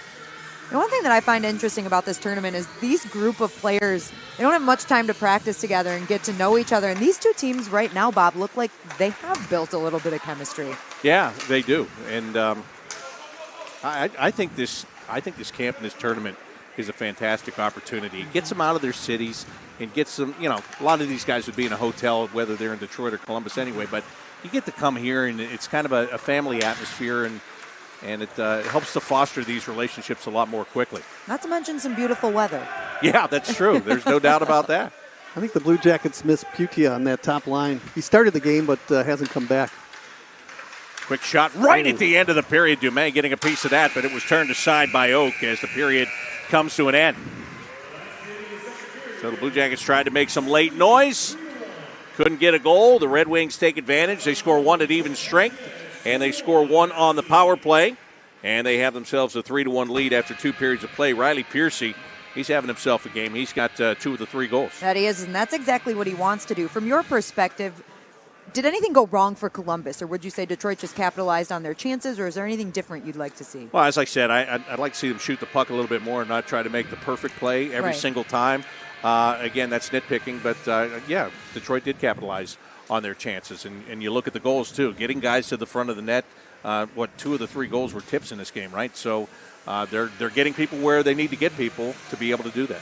I will say this, Columbus has had their chances, and I think Kosa and Oak coming in, Oak especially coming in cold off the bench, made a beautiful save. The first shot that he took on that 3-on-1, and I think you got to look at the Red Wing goaltenders, Kosa and Oak, doing a pretty good job in shutting down Columbus. Ken, let me ask you this. It didn't look like Kosa was injured by any means. Are they just switching it to get the playing time throughout the tournament, make sure everybody gets their chance in net? Yeah, I think so. And I think the people here in management want to see everybody play. And Right. that's what it's all about, is getting some experience playing. And I'm sure we'll see both goaltenders in the next couple of games for Detroit as well. Drew Warren is the guy that scores this third goal for the Red Wings on the power play. A much better, well, I guess they scored pretty quick. We didn't get to see the whole entire power play, but the first two power plays, the first unit was pretty good, and then they struggled when the second unit came out. Capitalizing on a power play goal, Ken, that's important. That's important in any case for hockey, and it's good to see them do that here.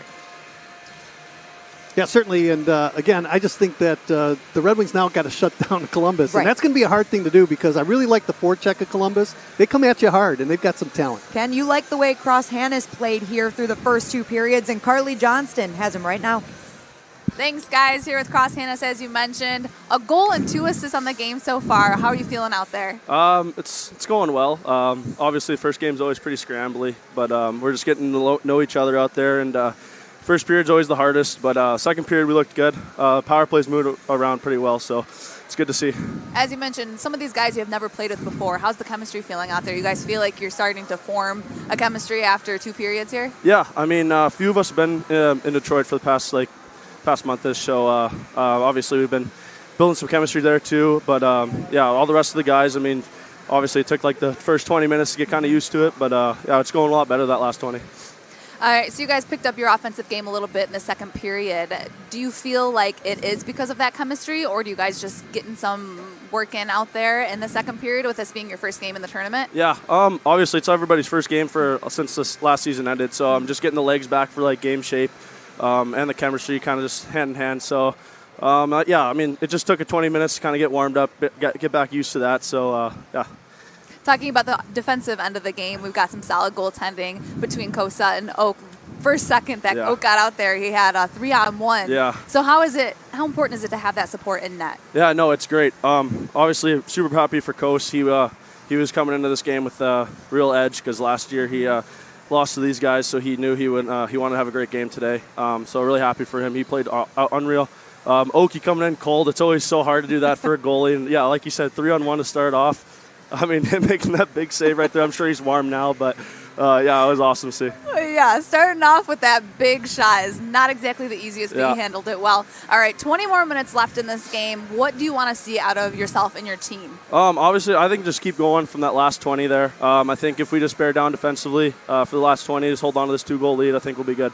All right, let's keep it going. Thank you so much. And if you haven't seen it yet, check out Cross, Jared McIsaac, and I on Summer Wings. I took him around Detroit and I made him try a coney dog, so that was exciting. No conies before the games, though. No, never again. No. Thank you guys so much. Back to you, Daniela. Never again, Cross. You're never having another coney dog.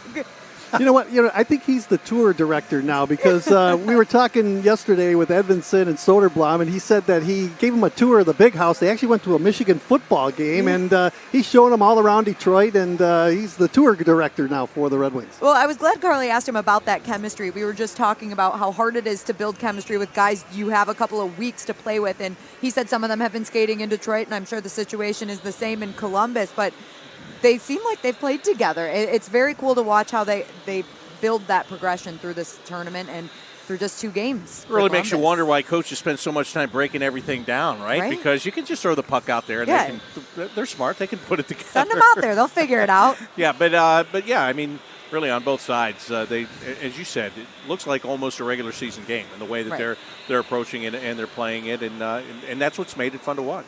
I like the personalities. It doesn't matter who's interviewing, you or Carly are interviewing, but the difference right now amongst these players that I'm seeing, these younger players, is that they have personality. It's not like the same, cliches each and every time. Oh, we got 20 minutes to go. We got to play hard. No, they're talking about eating coney dogs and everything. Yesterday we were talking with players outside after the game, and I finally said to the girl that's doing our PR, I said, "Is the bus leaving anytime soon?" Because these guys are just milling around out there, walking through the parking lot outside. They still have their shorts and their T-shirts on. You know how it is after an NHL game. It's like, hey, let's go.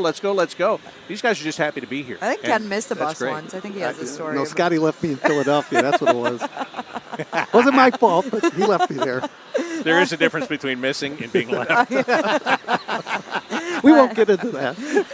All right, well, we've got a 3-1 game, and we're going to get back here for the third period. Columbus looking to make that comeback, and Detroit just looking to hold on to this lead. We'll be back for the third period after this.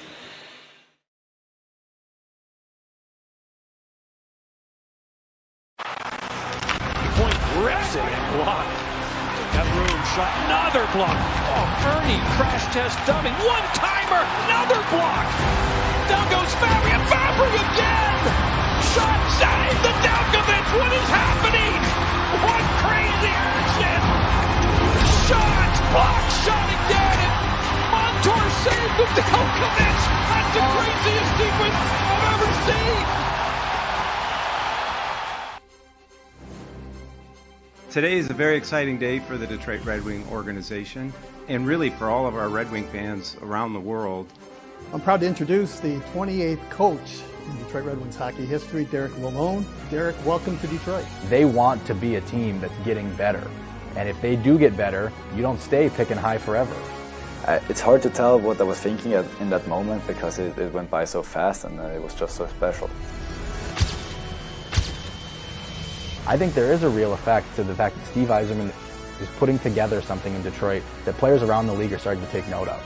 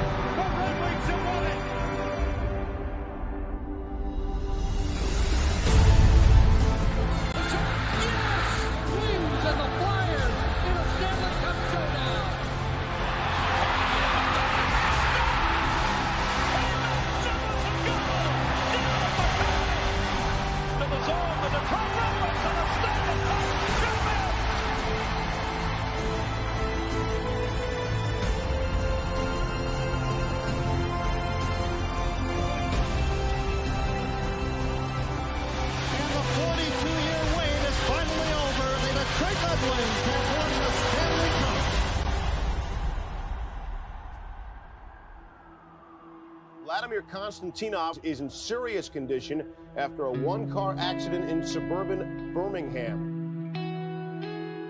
We would ask everyone's support and prayers for our teammate Vladdy and our trainer Sergey.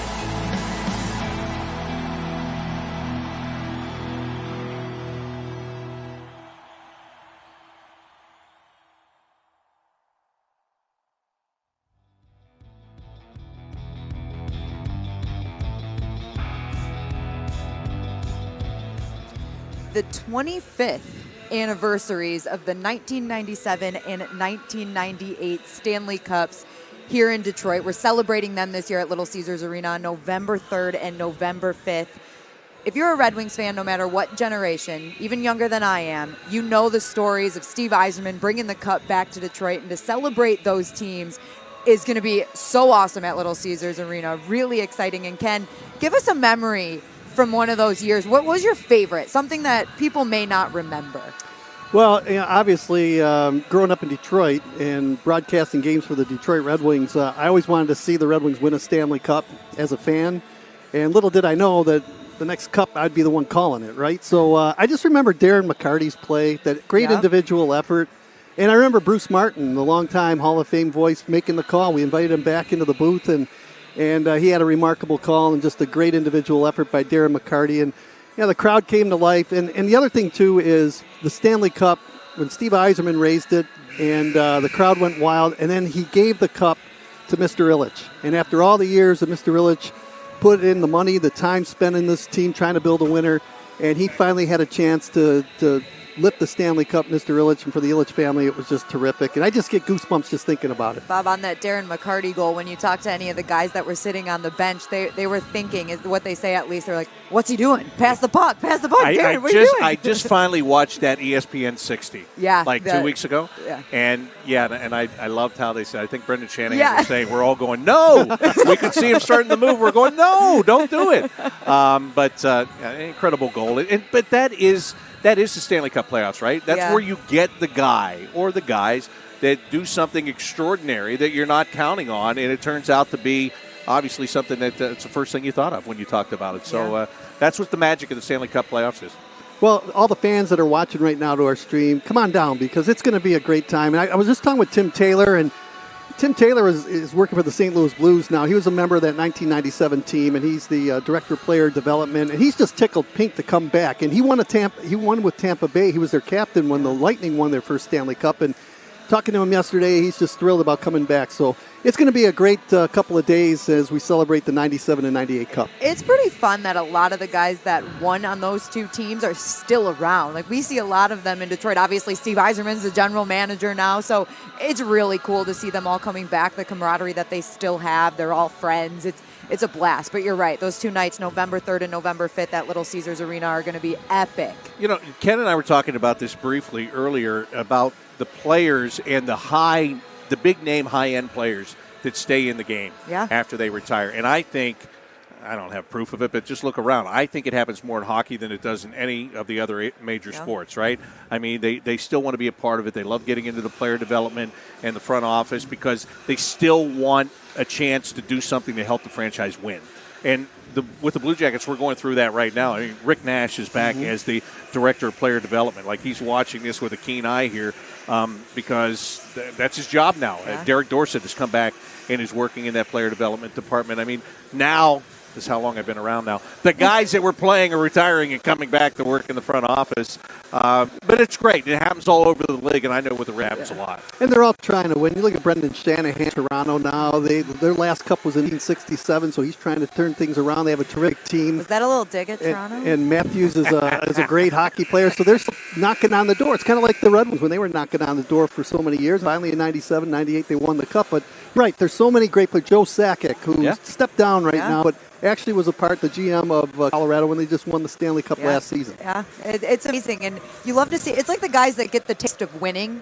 They want to do it again, but keep doing it from a different aspect. They know they can't play anymore, but they're going to do it on the other side of things. And they want to still be around their buddies. Exactly. Right? I mean, they forge these relationships while playing, and in many cases, we're talking about winning championships.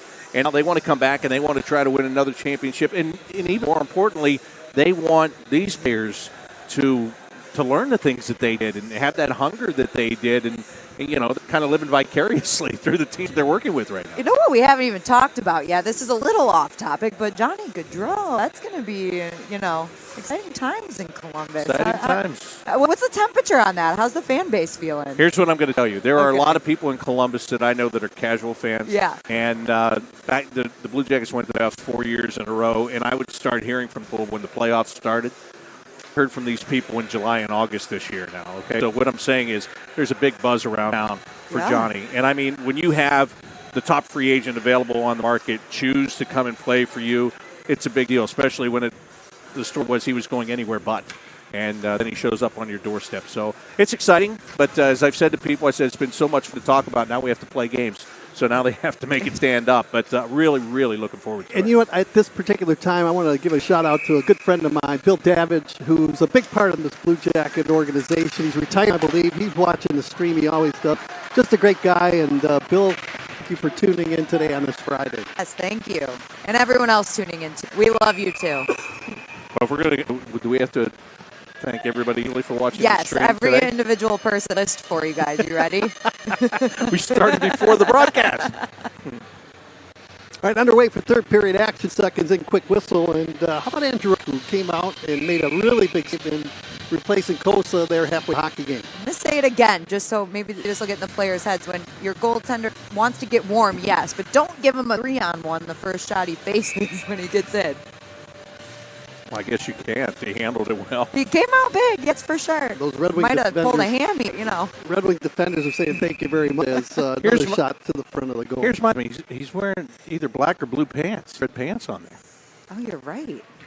He's trying to earn his keep, right? Yeah, that's right. Yeah. I think after the 3-on-1 save, they'd have given some pants in between periods, right? That's a good point. We'll have to talk to Paul about that. 3-1 Red Wings. Here's Hannes making his in, roll it to the front of the goal. Rebound, Chambardi, and that's knocked away by the goaltender, Pavel Chayan. Blue Jackets bring it up. Marchenko, now to Johnson, up across the ring line, floats it into the corner. Go got that puck around the boards and hustling for it. That is Dumais. Wings break loose. Now look out wide on a deflection in front by Marchenko. Just tried to get that stick on it to put it over the goaltender, Andrew Oak. Yeah, a little bouncing puck right there. He's standing all by himself. If that puck's flat on the ice, Andrew Oak's going to be challenged a little bit more on that. That pass, just Kent Johnson just bounce over. Hey, you were talking about Johnny Gaudreau. I want to tell you, we'll watch this replay right here. Cross Hannes, a power move to the net. Goaltender's been playing well, too, there. I was going to tell you that Kent Johnson was wearing number 13 last year. He came in from Michigan. He gave it up to Johnny Gaudreau because the reason he wore it was because of Johnny Gaudreau, because he really tried to style his play after just. Well, what a great story that is. How excited was Kent Johnson when he got the news that Johnny Gaudreau was I just coming talked to him town? about that yesterday. I said, where were you? He goes, well, it was right after development camp. We were at Topgolf. So, is he wearing 91 because of Sergei Fedorov? He's wearing, well, it's funny you say that. I think that I think he would have taken 19, but somebody else has 19, and so he has 91. And Sergei Fedorov is the only other guy in Columbus that has worn number 91. Does he like 19 because of Steve Yzerman? I'm just going I to go don't all know. day. He's a Western Canada kid, so I don't know. But not sure. Red Wings lead 3-1.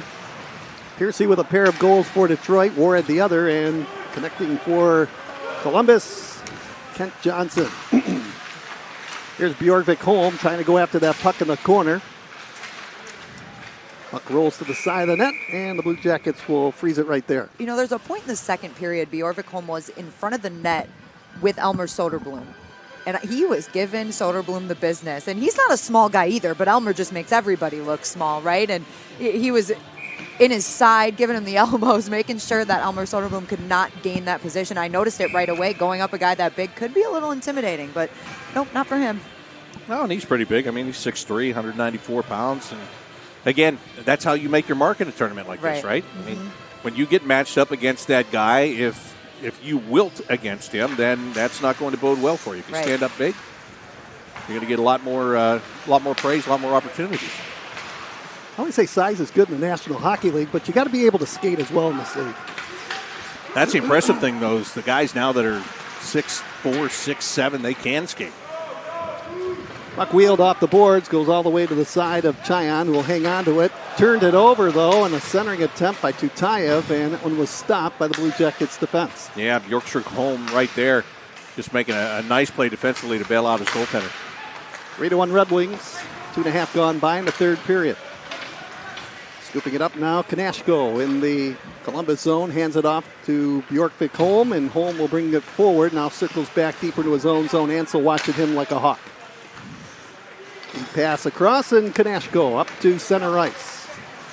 Hands it up across the line, right side to Huo, and the play whistled down offside over that Red Wing blue line. You talk about skating, and personally, I haven't paid much attention to it. That's going to be my goal in the third period. I've heard nothing but great things about how good of a skater that Albert Johansson is. for the Red Wings. And obviously Simon Edvinsson gets that compliment too, but even more so with Albert Johansson.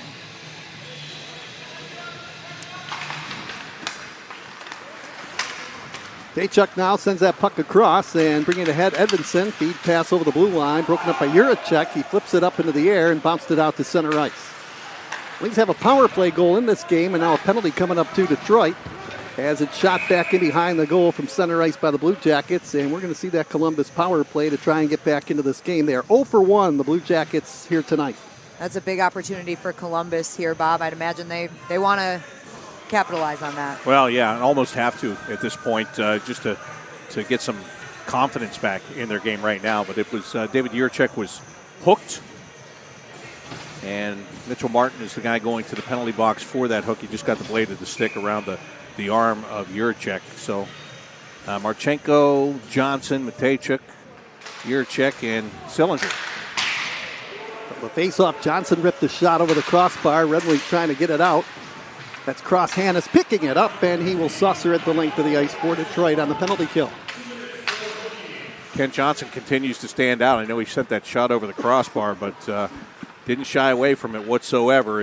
Again, I'm sure that these guys feel like they got to get on the board. Well, Matejchuk gave it away, and luckily Johnson at center ice will pick it up. Stick handle through traffic. Look at that move as he plays it across now to the far wings for Owen Sillinger.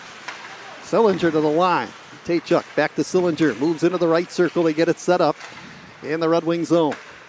2-goal lead for Detroit early in the third. Matejchuk, right circle. Johnson, no look pass down low. Feed pass. Here's a shot by Juracek from the left circle. Pad save by Andrew Oak. Again, Johnson picking it up, right circle in the slot. Marchenko with a drive that's partially deflected and wide. It goes into the corner. Blue Jackets with pressure in the Red Wing zone, trying to jam the puck free as Lombardi. It comes back right side. Johnson feed pass. Juracek back to Johnson. Cross ice, right circle. Fired the shot wide of the goal. Good cross ice passing there by the Blue Jackets with a man advantage. Matejchuk tried to sling it across. Hannes diving, got it out to center. Blue Jackets have to tag up. They're offside. Now they tag up, and the Red Wings now have some time to make a change. Well, that's big for the Red Wings, too, because it's going to get that number one power play unit off the ice for the Blue Jackets. Wings short-handed, shoot it in. How about Ken Johnson, though? He early in that power play, he kept it in the zone, doing a little dance move at center ice. Nashko out to center ice, brings it over the Red Wing line. Stick handles his way down into the corner, fires it around the boards. Dumais let it come back to the right point to Svozil. Svozil calmly takes it into the corner, picks up the pass again, bottom of the right circle, throws it down low, and they trying to jam it home right there. That was Malatesta that comes over to the left circle. Dumais, always dangerous. Penalty is over, Wings are at full strength. Here's a chance right out in front. And the Blue Jackets parked off the side of the goal. James Malatesta, and he could not get a stick on it. A lot of activity and nothing to show for it for the Blue Jackets on the power play. Wings dig it loose. Soderblom plays it out to center ice, lifted up across the line. Dumais coming back, didn't knock it away, and Soderblom will just tap that puck right to the front of the goal, and Cheyenne will freeze it in the goal crease. Well, I told you earlier that David Juracek, he's got offensive upside, and it's in a big, heavy shot, and you're going to see that shot right here as he takes that puck, jams it right back home. But Oak with a nice job there, finding that low shot off the pads to keep it out of the net. What's amazing to me is those cross-ice passes on the power play, and there's so much traffic, and the lanes are shut down. Just to be able to make that pass is amazing.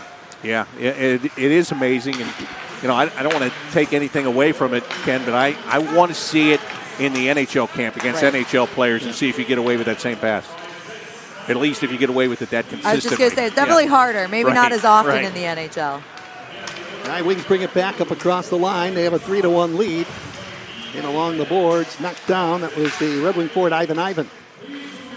Tutayev helping out in the corner. Boyd with a big check on him as they battle forward in behind the Blue Jacket goal. And now it's lifted ahead to center ice. Edvinsson kicked it ahead to Tutayev. Quickly over the line to Ivan.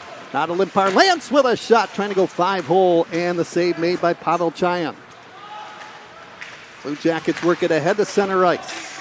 Howell will dump it in after getting a hit from Edvinsson. Oak, the Red Wing netminder, hands it back to Sabrango. Wings making a change. Matthew Ansel out onto the ice for Detroit. 3-1 lead for the Red Wings. We're in the third. Out to center ice. Here's Martin with a feed over the line. Ansel after the puck into the corner. Kanashko checked in along the corner boards, and now they work it in behind the Columbus goal. Into the corner, Wings dig it free, trying to get it out to Plandowski, who's waiting for the puck at the right point, but it's dug loose. Plandowski holds it in as he was towing that blue line, got it to Ansel. He'll roll it into the far corner. Kanashko trying to battle for it for the Blue Jackets.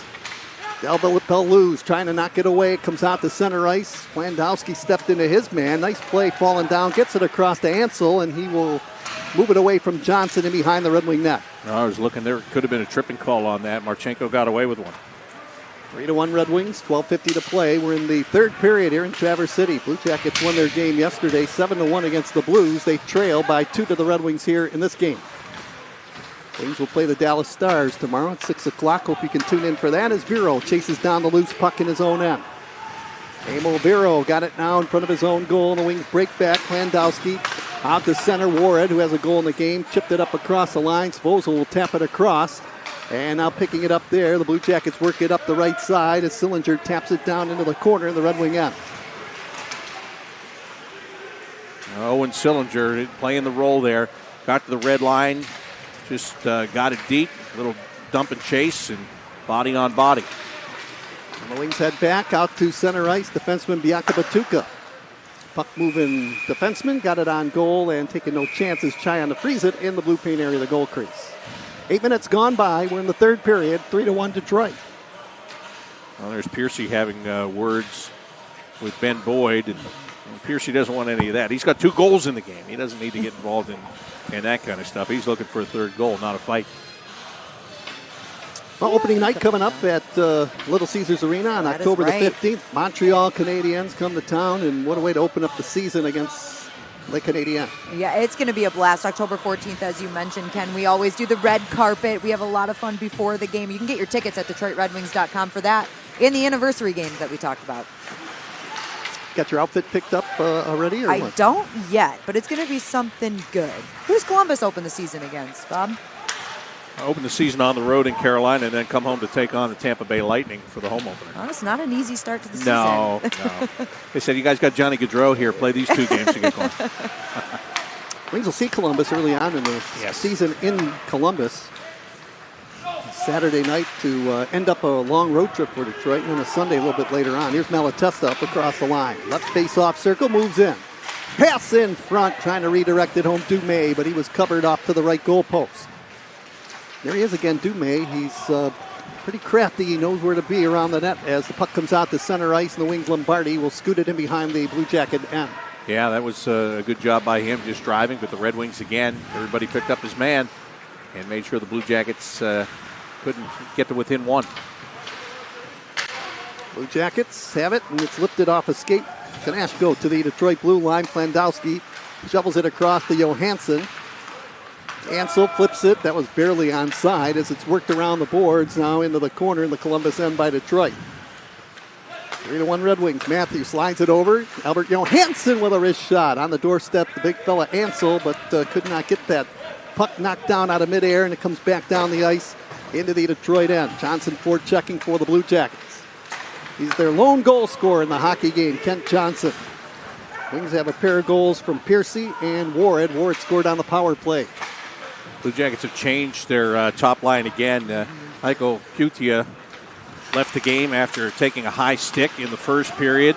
They had Dumais playing out there, but that last shift, Dumais back out there again. But Luca Del Belbaluz is on the ice. He was part of that first line. He and Johnson now go off to the bench. 10 minutes to go, third period. 3-1 Detroit. Here is Ivan for the Red Wings. Stick handling over the blue line on Svozil. Shoots it in behind the goal. In after it there, that is Limpar Lance. Comes back towards the line, shot block. And Clayton brings it up the right wing boards out the center ice, tapping it up across the Detroit line. Jakob Atuka didn't clear it out. Sillinger along the far wing. Bumped with his man in along the corner boards. Quite a battle right now in that far corner in the Detroit end. Cleaning house, Biaka Batuka. And now the Wings will play it around the near side. And scooting it ahead is Tutayev. He circles back into his own zone as the Red Wings are in the middle of a change. I'll be interested to watch how the Blue Jackets approach this here because they had the second line out. They brought the first line out, and then they brought the second line right back out after that. So, again, trying to generate some offense here. They're giving both those lines a break right now, though. Well, hockey is a game of momentum, too. If you can get one, and you can start going a little bit. Momentum Just say changes it. If so you get fast. one, you can get two. I'm not going to say it. I wasn't going to say it. I was going to go with the line, if you get one, you never know what's going to happen from there because the momentum can change so fast. Drew Rorid with that shot. He connected on the power play in the second period for Detroit, down to 8:57 to go in the third period. Rorid's the center iceman. He will take the face-off. Piercy is on the right side, and on the left side, Pasquale Zito. In for the draw, Samuel Huo for the Columbus Blue Jackets. And for him here by Ava, and I know Daniela was snapping her fingers. Talk about Huo. He's a guy that didn't play yesterday, but he's got a lot of ice time today. Simon Edmondson with a wrist shot, knocked down right out in front of the goal. Scramble right out in front, broken up, and Kanashko dances out to center ice for the Blue Jackets. Now to Howell up across the line. Top of the left circle, fakes the shot, cuts inside, shoots it low to the ice, blocked. And the Wings fail to clear it out of harm's way as Howell plays that puck around the boards. Jorgvik Holm trying to center it out in front, broken up. Quick pass over, left side, moving in. Wings with an opportunity, a shot, scores! That's the hat trick for Riley Piercy. Piercy scores the hat trick, and it's now 4-1 Red Wings. Come on, fans, throw your hats. They're wearing two valuable hats to toss onto the ice today. Preseason. There's netting up there. Oh, you're right. I can't throw them. That's a nice finish by Those hats Piercy. are $50. What are you talking about? I bet they would have. Though. That's the hat-trick goal, and Piercy makes it 4-1. Big goal for the Red Wings. 27 shots by Detroit in the game. Not much fancy about it either. Just went to the forehand and decided to challenge on the stick side. Dume sends it in front of the goal. Marchenko with a shot. He scores for the Blue Jackets. He parked himself right out in front of Oak, got the feed, fires it home, and it's now 4-2. Well, see, just when you think that fourth goal puts this thing away, it's a momentum. I never thought that, have Daniela. Yeah? Never thought it. Yeah, you did. No. Hey, you know, if you get two, you can get three. You can get one, you can get three. That's where we're at now, right? They got the one. So 11 minutes, 47 seconds, the time of the second goal of the game for the Blue Jackets. And it's now a two-goal game. Top line, we've talked about those guys all day. They've been great. They have been very dangerous, creating offense all game long. Well, here's Fosel now with a shot, and he fires it, knocked away by the goaltender, Oak. I was going to say that the first two games really were blowouts, but this has been pretty competitive here today. Look out, Del Bell Blues with a chance from right out in front. Well, the Red Wings have to start clearing out the front of the net, but Del Bell Blues was wide open right out in front of Oak. Well, Bob, you had talked about it. Columbus needs to take more shots. I think that's what they've been doing here in the third period. Tanis sends it in front, and Lombardi trying to poke it in, and that one was saved by Pavel Chayan and the whistle. Let's take a look at the Red Wing goal right here. Now, the Marchenko goal here, and it's Marchenko. Look, and there you just talked about this, Ken, about guys being allowed to stand there. I mean, he's got two defenders close to him, but nobody put the body on him. Nobody took him out of the play, and so he's able to make the play and get the goal. His second of the tournament. Down to 7.5 to play in regulation. 2-goal lead for Detroit. Marchenko up the left wing. Now to Johnson, always dangerous. Button hook inside the zone. Drops it back. Breaking his stick was the defenseman Matejchuk as he tried to whistle it home. The Blue Jackets not giving up after the hat-trick goal by Piercy. Johnson again through the center ice circle. Sends it back. Jiricek backhands it over the Red Wing line. That broken stick between the circles right out in front of Oak, the Red Wing netminder, as Edmondson will bring it ahead for Detroit. Little move to get away from Johnson. Missed his man with a feed out at center ice. Matthew, and down the ice it goes, icing the call against the Detroit Red Wings. Saw Matejchuk break his stick on that slap shot attempt. It wasn't as strong as he would have liked it to be, but it still required Oak to make a kick save there. So if he would have got a little more on that, that could have been a very dangerous shot. Well, it's the old changeup, right, for the goaltender. They're expecting the fastball. They get the changeup, and sometimes that's an awkward adjustment to make. Sillinger in for the faceoff. Wings win the draw, though, as it's Edmondson lifting it ahead and saucering it out to center ice. Bjorvik Holm out at the right wing boards, takes a check, but manages to get it up over the Detroit line. Edmondson tried to hit Limpar Lance with the pass up over the blue line, rolls right to the front of the goal, and the Blue Jackets hang on. Now Detroit trying to get through this period where after the Blue Jackets get that goal and they get some momentum and they start to push a little bit. And the Red Wings, you can see right there, they're happy with dump it on the goaltender, slow the game down a little bit here, try to take away that momentum. You know, Bob, I had an opportunity to talk to John Davidson yesterday. What a great guy. And you know, he's like wine, you know. The older he gets, the more mellow he gets. And, boy, what a goaltender he was. He's doing great things in Columbus. Yeah, he is. And then his second go-around in Columbus, as a matter of fact. He left and went to the Rangers for a short period of time. But, you know, he really puts you on the map. He's such a true pro in the way he handles everything. And, you know, under his leadership, along with his general manager, Jarmo Kekalainen, you know, they've done some really good things here. They, you know, a couple of years ago, they swung for the fences and made some big trades and traded away first-round picks. And, you know, in these last two drafts, they've been able to recoup a lot of that and build a good young team here. I never heard a bad word said about John Davidson. No matter where you go around the National Hockey League. If somebody says that, they're lying. I'll tell you that right now. It's all positive things. Yep. He's a great guy, and he's here today as you're winding down third period play, 6:10 to go, 2-goal lead for Detroit. Hey, what do you think it's like to broadcast every day knowing John Davidson's in your front office listening to you? Do you have the bat phone there, the hotline in your booth, or what? No, I shut off my cell phone, too, just in case. I used to hear those horror stories about owners and general managers that had the hotline to the radio booth, and if they didn't like anything you said, that line would be going on, and you'd be scrambling. Now, you know, and that's one thing of John Davidson is, you know, he did this job for a long time, obviously, after he was done playing, and, you know, he knows they've been good about it. I mean, you know, and again, when you put together good teams, you don't have to worry about anybody saying bad stuff about you. And so that's been nice here since he's arrived on the scene. Fans in Columbus, you know, it was a struggle for them early on when they first came in the National Hockey League, but they got a good fan base now in Columbus. Yeah, a really good fan base.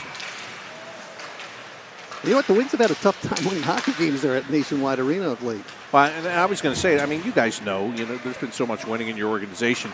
You know it takes winning to really develop the fan base. And, again, when John Tortorella was there and 4 straight trips to the playoffs made a huge difference for the franchise. And like you said, the excitement surrounding Johnny Gaudreau is another thing that's going to get the fan base going. They're going to be engaged.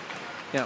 You just got to get them over the fact that it's not like college football. You don't win every game of the season. You know? It takes time. Here's a feed in front. Wing scores. No, did he do it right again? out in front of the net. And no there way. was another Red Wing, Warren, I believe. One of those two players touched the puck, but the Red Wings get their 5th of the game. Is it's that 5-2. Are you sure it wasn't Piercy again? I think it's his 4th goal of the game. It is.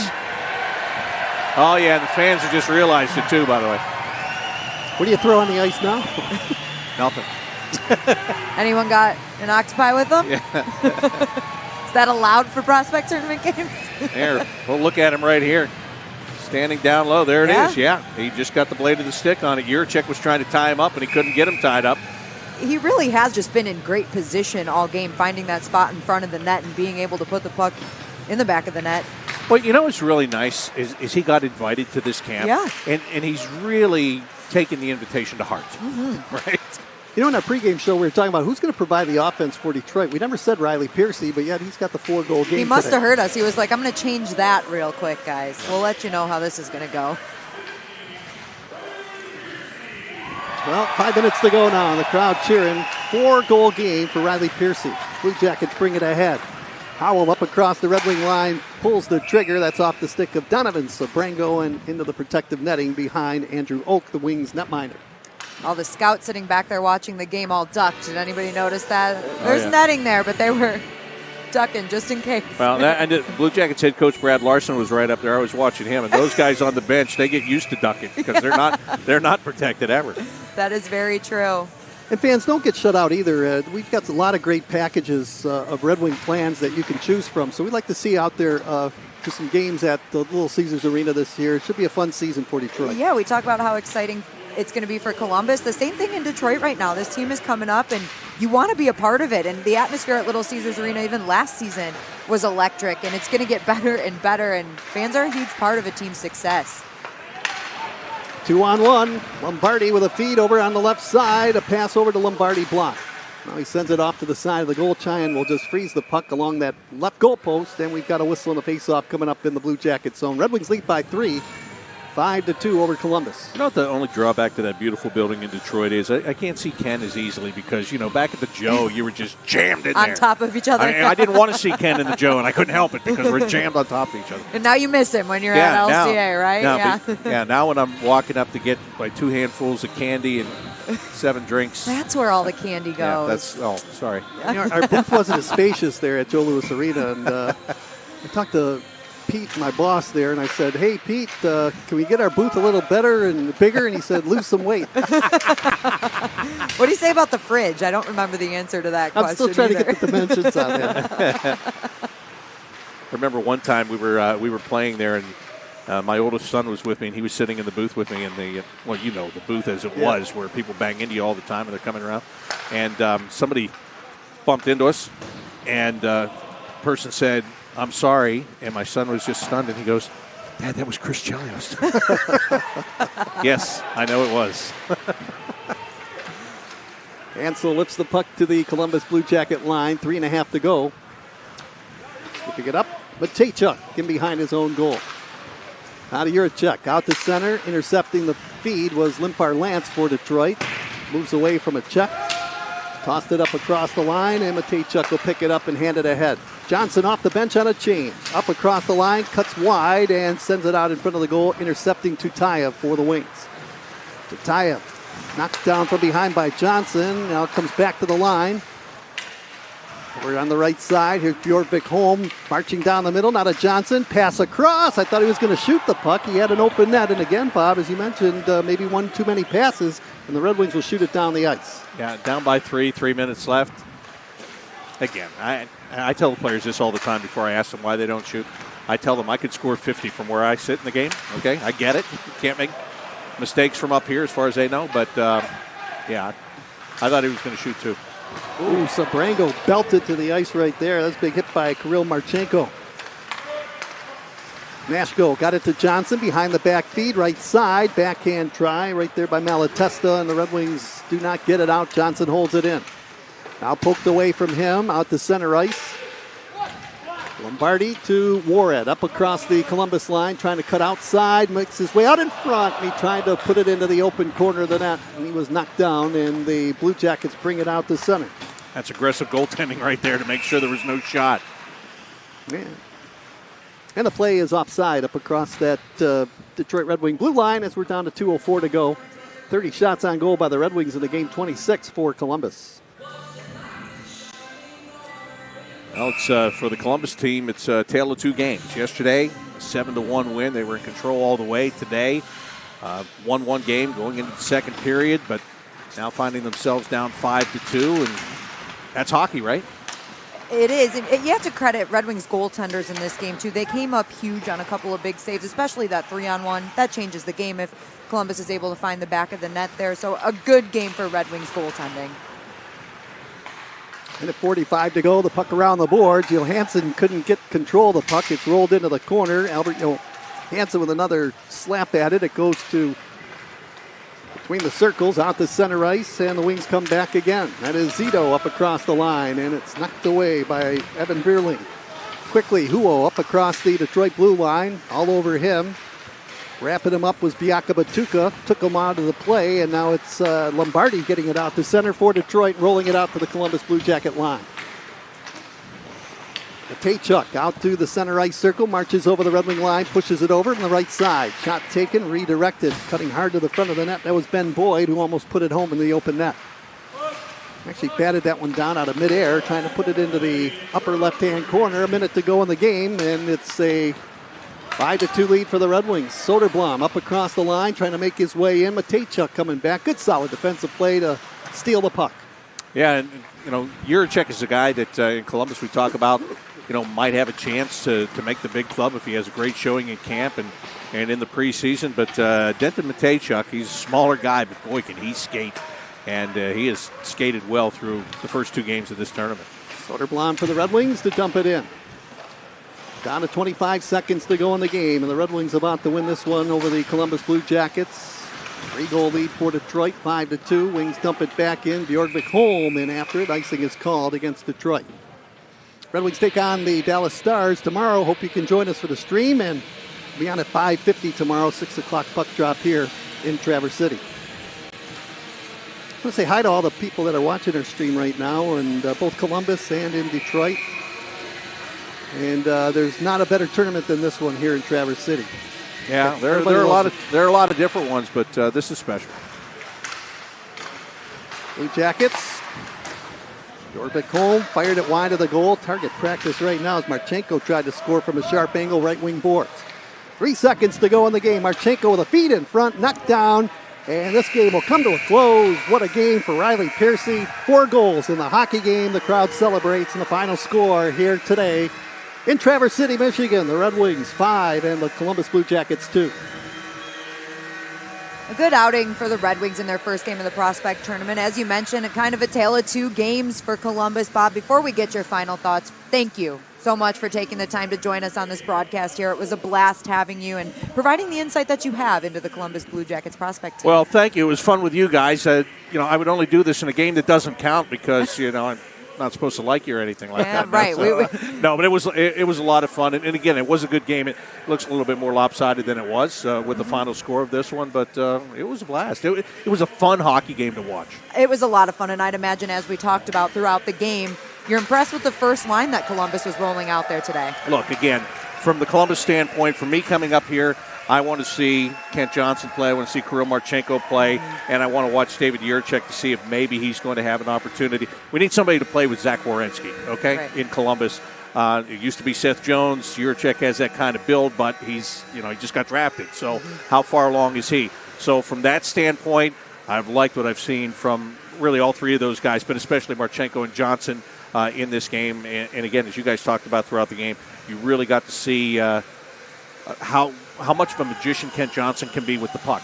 Maybe to a fault at times today, but at the end of the day, he can do some special things. So from that standpoint, I'm happy with what I've seen. Kent Johnson made some phenomenal plays just to keep things alive sometimes when it looks like Columbus is going to lose the puck. Kent Johnson's there to make the play happen and make sure things stay in their offensive zone. Ken, from the Red Wings side of things, you mentioned the top line for Columbus. Simon Edvinsson was matched up against that top line alongside Donovan Sabrango. What'd you think of his first outing in the winged wheel? I knew going in that the Red Wings would be a little bit better than a year ago defensively, and I thought the Red Wings did play really well in front of their goalkeepers. But with that said, I thought Kosa made some big saves. I mean, this could be a totally different game if Columbus scores 2 or 3 in the first period. But you got to give credit to Kosa. I thought he was big. And how about Andrew Oak, who came in cold right off the bat, 3-on-1 opportunity that could have changed the game. He made a big save. So defensively, the Red Wings played well, and the goalkeepers played well for Detroit. And taking a look at some of the saves right now is Sebastian Kosa, and we've talked about this at length that Sebastian needed to have a good tournament. He needs to play strong here in Traverse City, and his first period and a half was just that, a very strong outing. Yeah, very athletic goaltender for Kosa, and he needed a game like this, I think, just for the confidence, overall confidence. And we talked about it last year. He'd like to play better, but, a year of experience now with the Edmonton Oil Kings comes in here.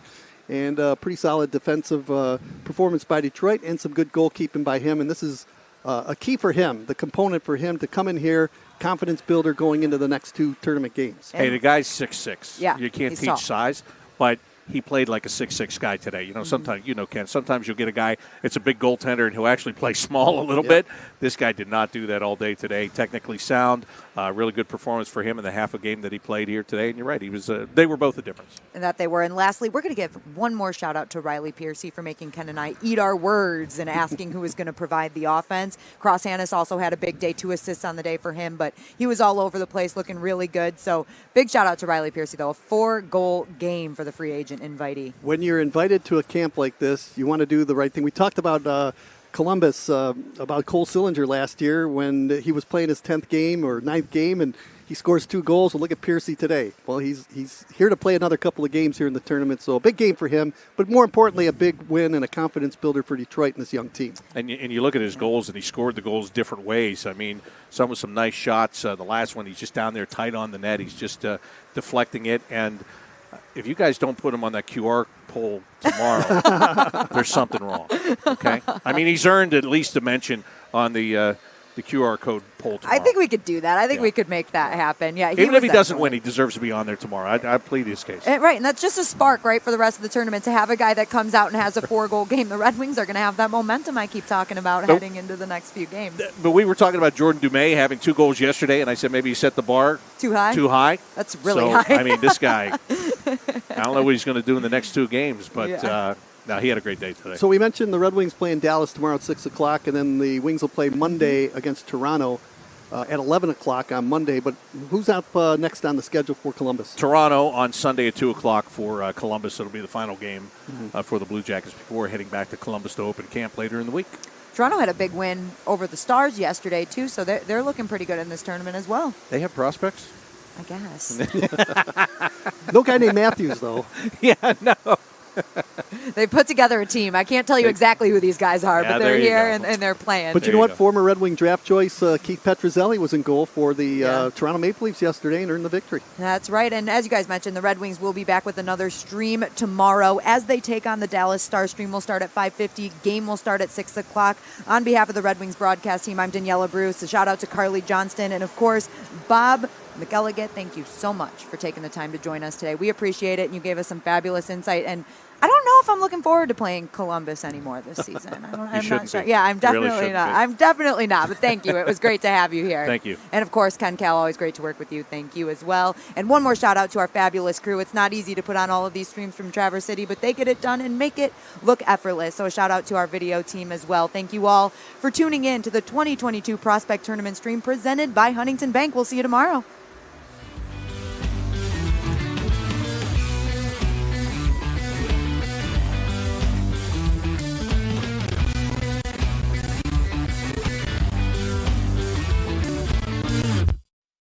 Come on, everybody, don't stop, don't quit. Do it like this. Do it like this.